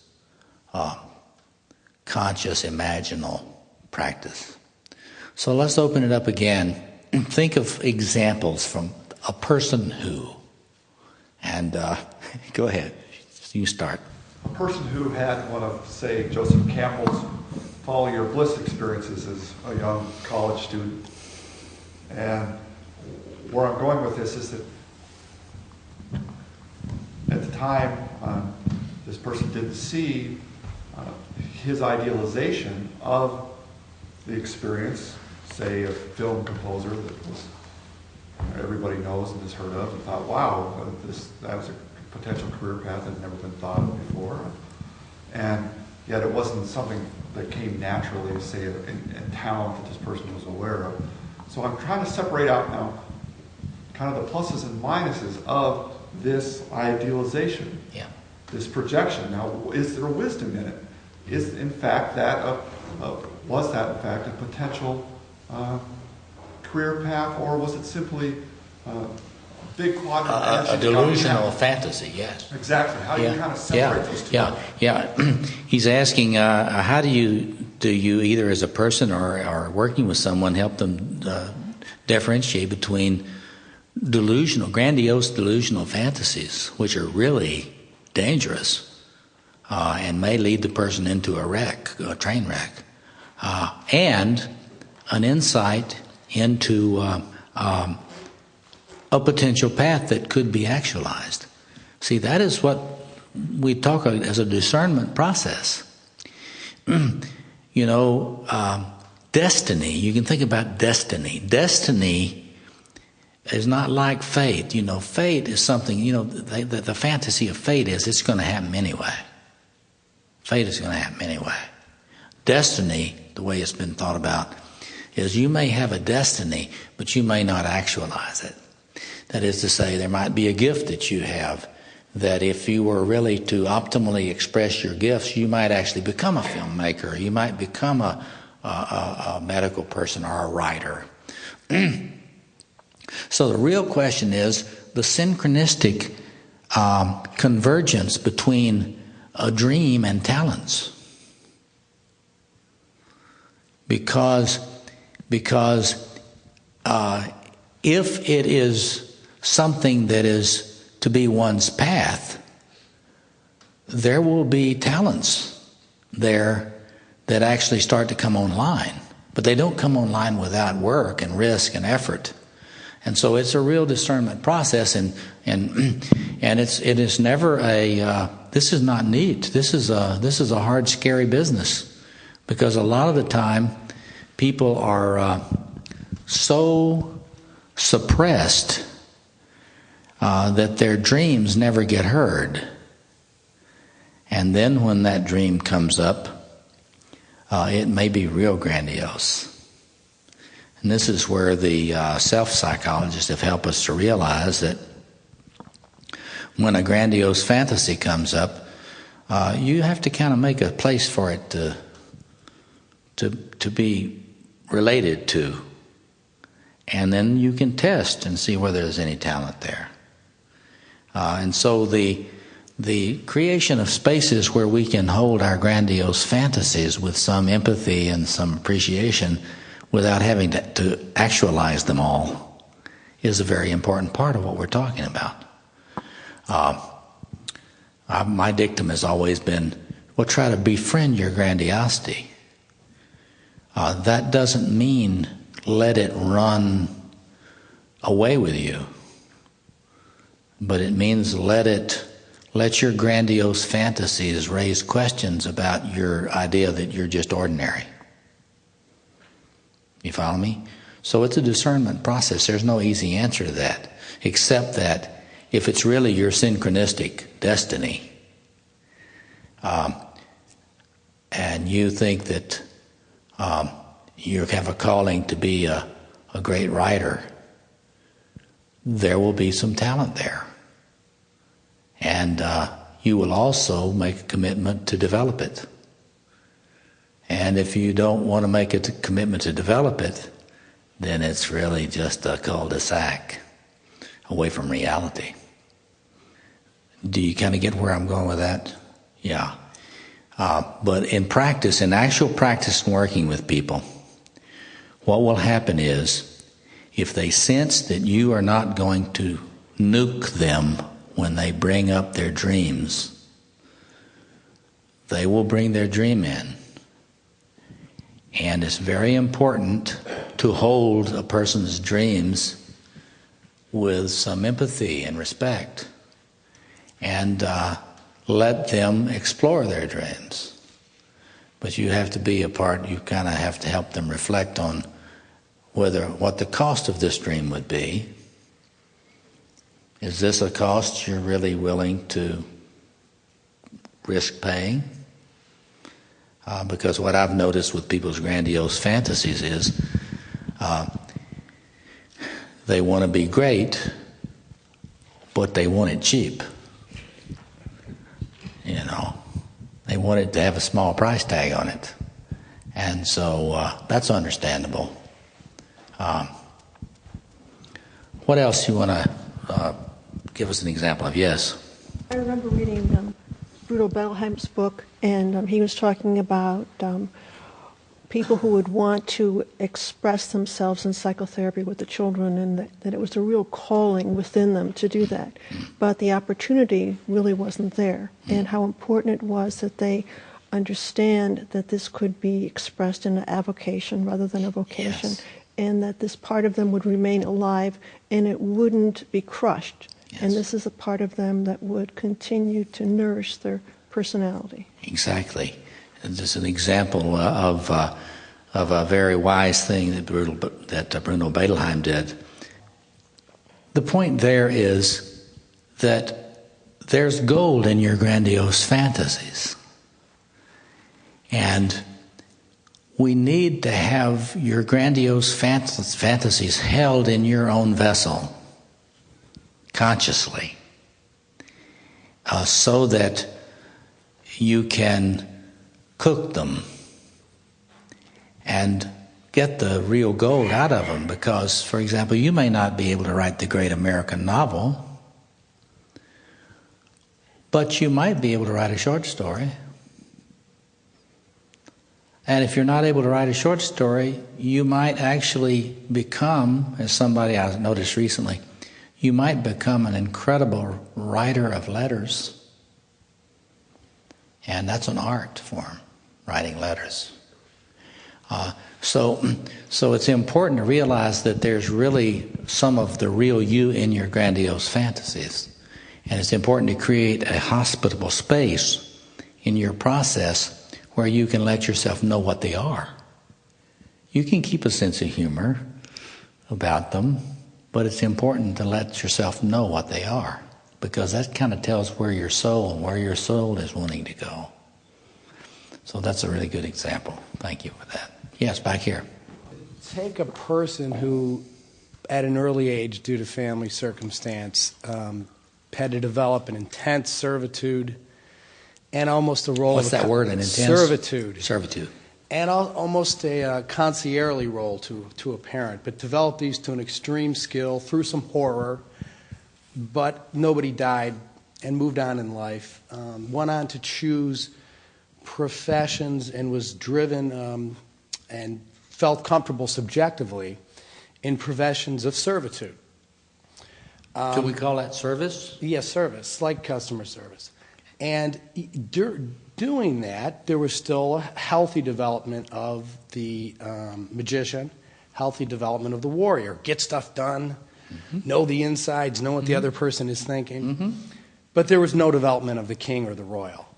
So there was no development of discipline or leadership. Now all of a sudden this person is midlife and is being told, oh, this is great, all of this you can do. You're a great servant, you're a great magician, you know all the angles, you're a great warrior, but guess what? You're going to have to become a king and a disciplinarian. And as that starts, you mentioned this throwing of this hand grenade in the Gestalt.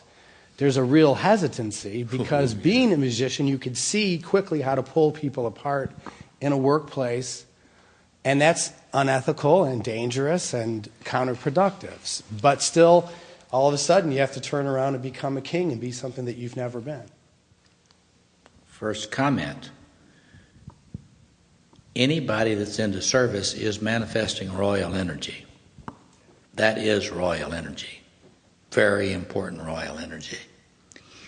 The thing that is missing in what you're talking about is the person is not narcissistic enough. It's like one of the one of the kind of ugly facts about individuation and development is if you are very fused with others, you may be compulsively in the service role, compulsively in the royal. This is not really a mature royal, but it is royal. It's really royal, very, very key royal energy. It's the only thing in the psyche that serves is royal stuff. Lover doesn't serve, magician doesn't serve. Warrior serves in a sense, but not in the sense that you're talking about. So the key thing in individuation is to individuate out of a fusion, you have to become more narcissistic. That is to say, you've got to have more emphasis on the I as opposed to the needs of the other. It's not that you want to stop there, but this is if you study this is a great book. I'd like to teach a course on this here soon. I'd like to start teaching courses on Erich Neumann's classic work. It is an amazing body of work. The great Israeli analyst, Jungian analyst Erich Neumann. His book on the origins and history of consciousness is just awesome. It's a classical version of what I've been trying to do, I realize. He really was he talks about moving from the primal dragon, merger with the primal dragon, to differentiating through becoming more narcissistic, and then transcending that and getting to where you can return to the dragon consciously. That is precisely the same type of thing I'm talking about. But he's very wise. In order to differentiate out of a fusion, you have to be more narcissistic. Why? Because you've got to be able to say I. You've got to be able to say I. Now, it's not like Milan thinks. Learning how to say I doesn't mean that you're worse at service. He's wrong about that. If you really get strong in your I, you power up, you can have more power to serve. You can project your service far more effectively. But you got to be comfortable with I. That's Erickson's identity formation. Got to put more into your own identity as a leader, so to speak, a person like that. In other words, service in the mature personality is supposed to be bundled with I-ness. But until we really power up in an integrated way, often service and I-ness will be split. But they're not. And less effective. If you don't have enough I-ness, you will not be as powerful a leader. If you got too much, then it'll blow up in your face. But that's a really good example, and I think it's important to realize that midlife, well, what did Jung say about midlife? That's the time when you ought to be able to bring in those things you couldn't bring in the first half of life. And there are people that get into this fantasy, well, been there, done that first half of life, now I'm going to do something entirely different. Well, the idea really is to remember what you knew and add to it, instead of completely jettisoning what you knew. So that's a good example. Other example, yes, back here. This idea that the young person seeks out the mentor seems to be almost instinctual. Yeah, I think it is instinctual. But the idea that the older person is ready to mentor seems like it's missing today. Yeah. How do you see enabling that type of connection? First of all, I think that if I weren't grounded in this Jungian tradition, I would be a lot more in despair, because I would not know that everybody's wired for the capacity to mentor. And I would think I'm going to have to be the brilliant educator or the brilliant so-and-so boss leader, whatever, that's going to get these people to be what they're not. But actually, your point is the important one. Our culture has not really evoked that system in the psyche. And so we are downplaying generativity in our current culture. And what we've got to do is to realize that all of us have a responsibility, number one, to bring that energy in to fire up our own generative circuits. And you start with yourself, claim your power. And then you realize, though, if you're in this Jungian frame, that you don't have to do it all yourself. It's not coming out of your ego. You are wired for that royal generativity. And it's like you got God energy available to you for that. As long as you're clear it's not you, it doesn't have to be you. Your ego doesn't have to fund it, But the idea of lifting that up as a cultural value, you got it right, man. Because it's kind of interesting the way the split is in our political life today.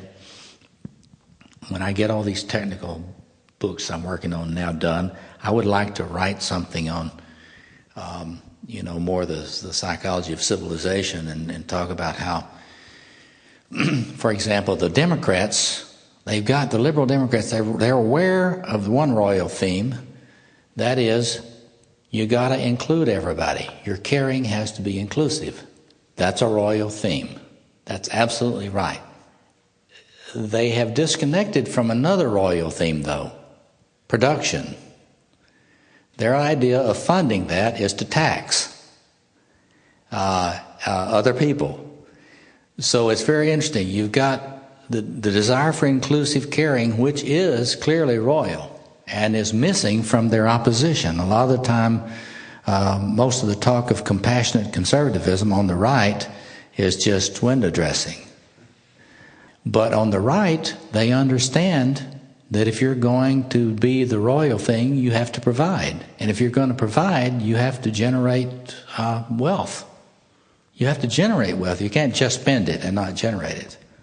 So what I would love to see in our society is, these two things are supposed to be bundled, be brought together so that those people that want inclusive caring to occur realize that you actually have to have practical means to generate what is going to be provided for all. For example, there's one kind of project that I'm very high on that includes those two, and it's called microenterprise, microcredit for the poor. It includes everybody, and it in fact provides.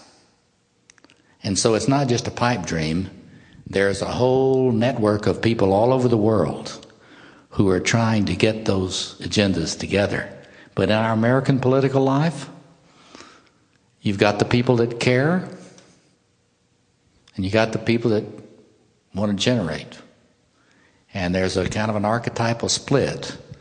And the challenge in our common life is to try to bridge all these archetypal splits. Instead of having these splits where people act out in all the aggression, and they don't want to tend to caring, and so on. It's not just a personal problem. It's a cultural problem, too. Well, clearly, it's quite clear that one thing that a lot of people that are in a fantasy that the market will provide, that fantasy that I don't really have to think about generativity in my corporation. That's not my business. I don't have to worry about this. There is an alienation from a sense of responsibility for civilizational generativity in the contemporary corporation. It doesn't have to be that way. I know corporate leaders. I do some consulting with significant people in corporations. There are people who are very generative, very ethical, very moral, very concerned about building the world. There are very significant people in our business world that are working very hard, for example, to create grassroots industries for Afghani women so that they can actually feed their families, employ their sons so their sons can get married and not be so tempted to be terrorists. So there are people working on this kind of thing. Other examples. We still got about 15 minutes for us to give a hypothetical example of an unconscious sacrificial process going on. Yeah. a not-so-hypothetical client. Okay. Who shall remain anonymous. Yes. Been in treatment 9 months, has been divorced for 7 years, has been seeing the same person for 4 years, and came in 2 months ago to announce that she decided to stop seeing this person because she needed to heal. Now, she's described this person as being someone who's been extremely supportive of her and has been extremely accommodating. And I asked her what the trigger was, and it came up that her ex-husband is getting married in like about 2 months. And she decided that she needs to heal and that she didn't feel as if she could heal with any males around, that she had to go back to her circle or network of female friends in order to do this. I'm just wondering if the sacrifice that I think is real conscious here, what's the motivation behind this? Because I'm at a loss here. Well, it's interesting to think about. You got to realize that a lot of the time, see, the grief process is going on here. And look at my Archetype Initiation book, because when you lose an old world through divorce, that grief process, that liminal betwixt and between period is not over till it's over. And for a lot of people, it's not over after the divorce. It will often not be over until the spouse remarries. And then the fantasy of getting back together finally comes to an end.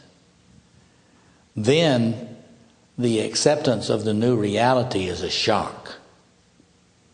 And here's the rule. When you engage when the old world you realize finally is really dead, it's really not going to be viable ever again, then that kicks you into a kind of chaos. And the temptation, as you're suggesting in your comment, the temptation will often lead you to make bad decisions. In fact, I like to say to people, try not to make any real big decisions right now. If we're going to err, let's go a little bit slower right now rather than faster when you're in one of these traumatic, world-dissolving periods. So, there's all sorts of things that could be going on in a situation like that. If I am detaching from intimate relationships in response to that sort of thing, my lover connections are being released, So there's sort of a lover sacrifice. And a lot of the time we will do that when we've been really wounded in the lover sector. Divorce is terribly wounding in that sector. So we would hope in that case that person will try to hold their own psychic vessel and be able to reconsider these things if it needs to be reconsidered. So that's another thing to think about. Always monitor whether the self-system of a person you're working with, whether it's you or somebody else, is in a transition state. Because if that person is in a grief process or any other transition state, their system functioning will be real compromised. And they will often look a lot more crazy than they really are during that period. And so this is where we want to try to create a real special holding environment for a person during this time that you're talking about. It's very hard, very difficult. It's not the last word on relationships. It's just a transitional time. Any other thought on that? Well, my concern is that she has demonstrated, although not full-blown narcissistic personality disorder, she has a lot of narcissism. And she had made mention, I'd asked her at one point if she were still in love with her husband, and she said no, she was just upset that, I guess, during when they had first broken up, she had suggested counseling to him and he didn't want any part of it, so she took that to be a complete rejection of him. See, if you're really in that narcissistic disorder zone, your connections are very tenuous anyway. That is to say, if I'm a narcissistic personality disorder, what I think is a relationship is usually very shallow. because I'm really expecting people to serve me, you know. And if they stop serving me, then often I haven't really been very connected to them anyway. And so it's pretty easy for me to let go of them on one level because I'm not really attached. It's a narcissistic wound, though. I mean, I don't like it that you don't adore me anymore. And I will often go, and one of the things you watch for in a narcissistic personality disorder when something like that happens is that they go into a grandiose retreat. And that sounds like what you're describing. That is to say, you don't adore me, I'm going away. If you ever noticed that when someone has a problem in some sort of relationship, if they're narcissistic, they will sometimes move away from the city. You often get people relocating in the face of a breach of relationship. And it's called, in the literature, it's called the grandiose retreat. It's not a sign that the person was deeply in love with the other person. It's a sign that they're not being adored anymore. And a narcissistic personality disorder is an adoration junkie. I need my ring kissed, or I get very anxious, you know. Other comments or questions? We got just a few minutes. Examples of unconscious sacrificial behaviors. Or any other question that's come up today that you haven't had a chance to raise.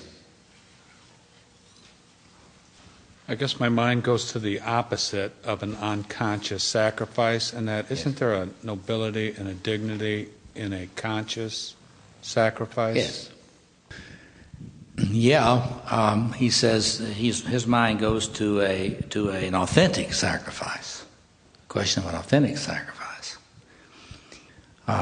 In order to actually engage in a kind of an authentic sacrificial process, you really have to have a consciousness of the holy, you know, or you have to actually have cultivated a sense of the sacred, and that's what we really want to address tomorrow. So I'm glad that's a good place for us to begin wrapping things up, because sacrifice, in my view, is not masochism. It's an attempt to try to get clear about what is indeed holy, what is indeed worthy, what is indeed worthy of my adoration, what is worthy of my, you know, the whole religion of Islam, the word Islam means submission. And so the kind of tragic thing, I think, now is the way in which so much fundamentalist grandiosity is being purveyed under Islam. Because Islam means submission to that which is authentically wonderful, which is authentically worthy of adoration. And the whole religion of Islam is built on the human need to recognize what is authentically holy. And that's its impetus. And this is a sad thing. Paul Tillich noted this about religions. All of them start out to try to fight idolatry, but they all end up being idolatrous before they get there. So this whole thing about an authentic sacrifice, it is to get clear that there is something authentically numinous, authentically wonderful, and authentically deserving of your adoration and your respect and reverence, but it's not any outside form. You know, it's something inside you. It's something that you're in touch with internally. And so that's what we want to come to tomorrow, that actual acknowledgement of a presence that is not your ego, that is worthy of your authentic respect and sacrificial attitude.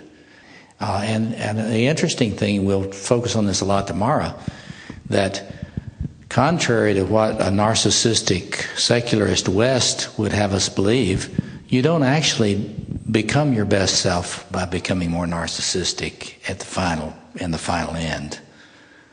You become your best self, your most powerful self, your most radiant self, your most creative self, your most expressive self, when you get clear that your ego is not the greatest thing in your psyche.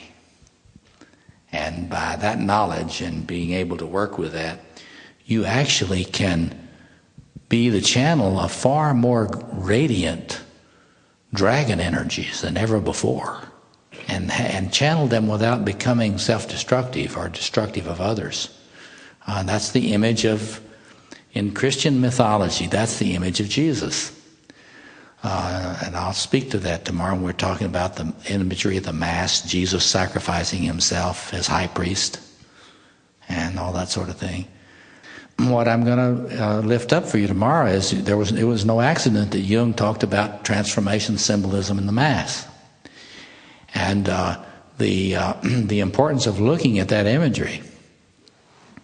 And we're going to look at that because the idea is that when you disidentify with that great thing in you, and you become consciously of relating to doing your sacrificial process with it consciously, you can actually become far more radiant and far more wonderful without getting weird.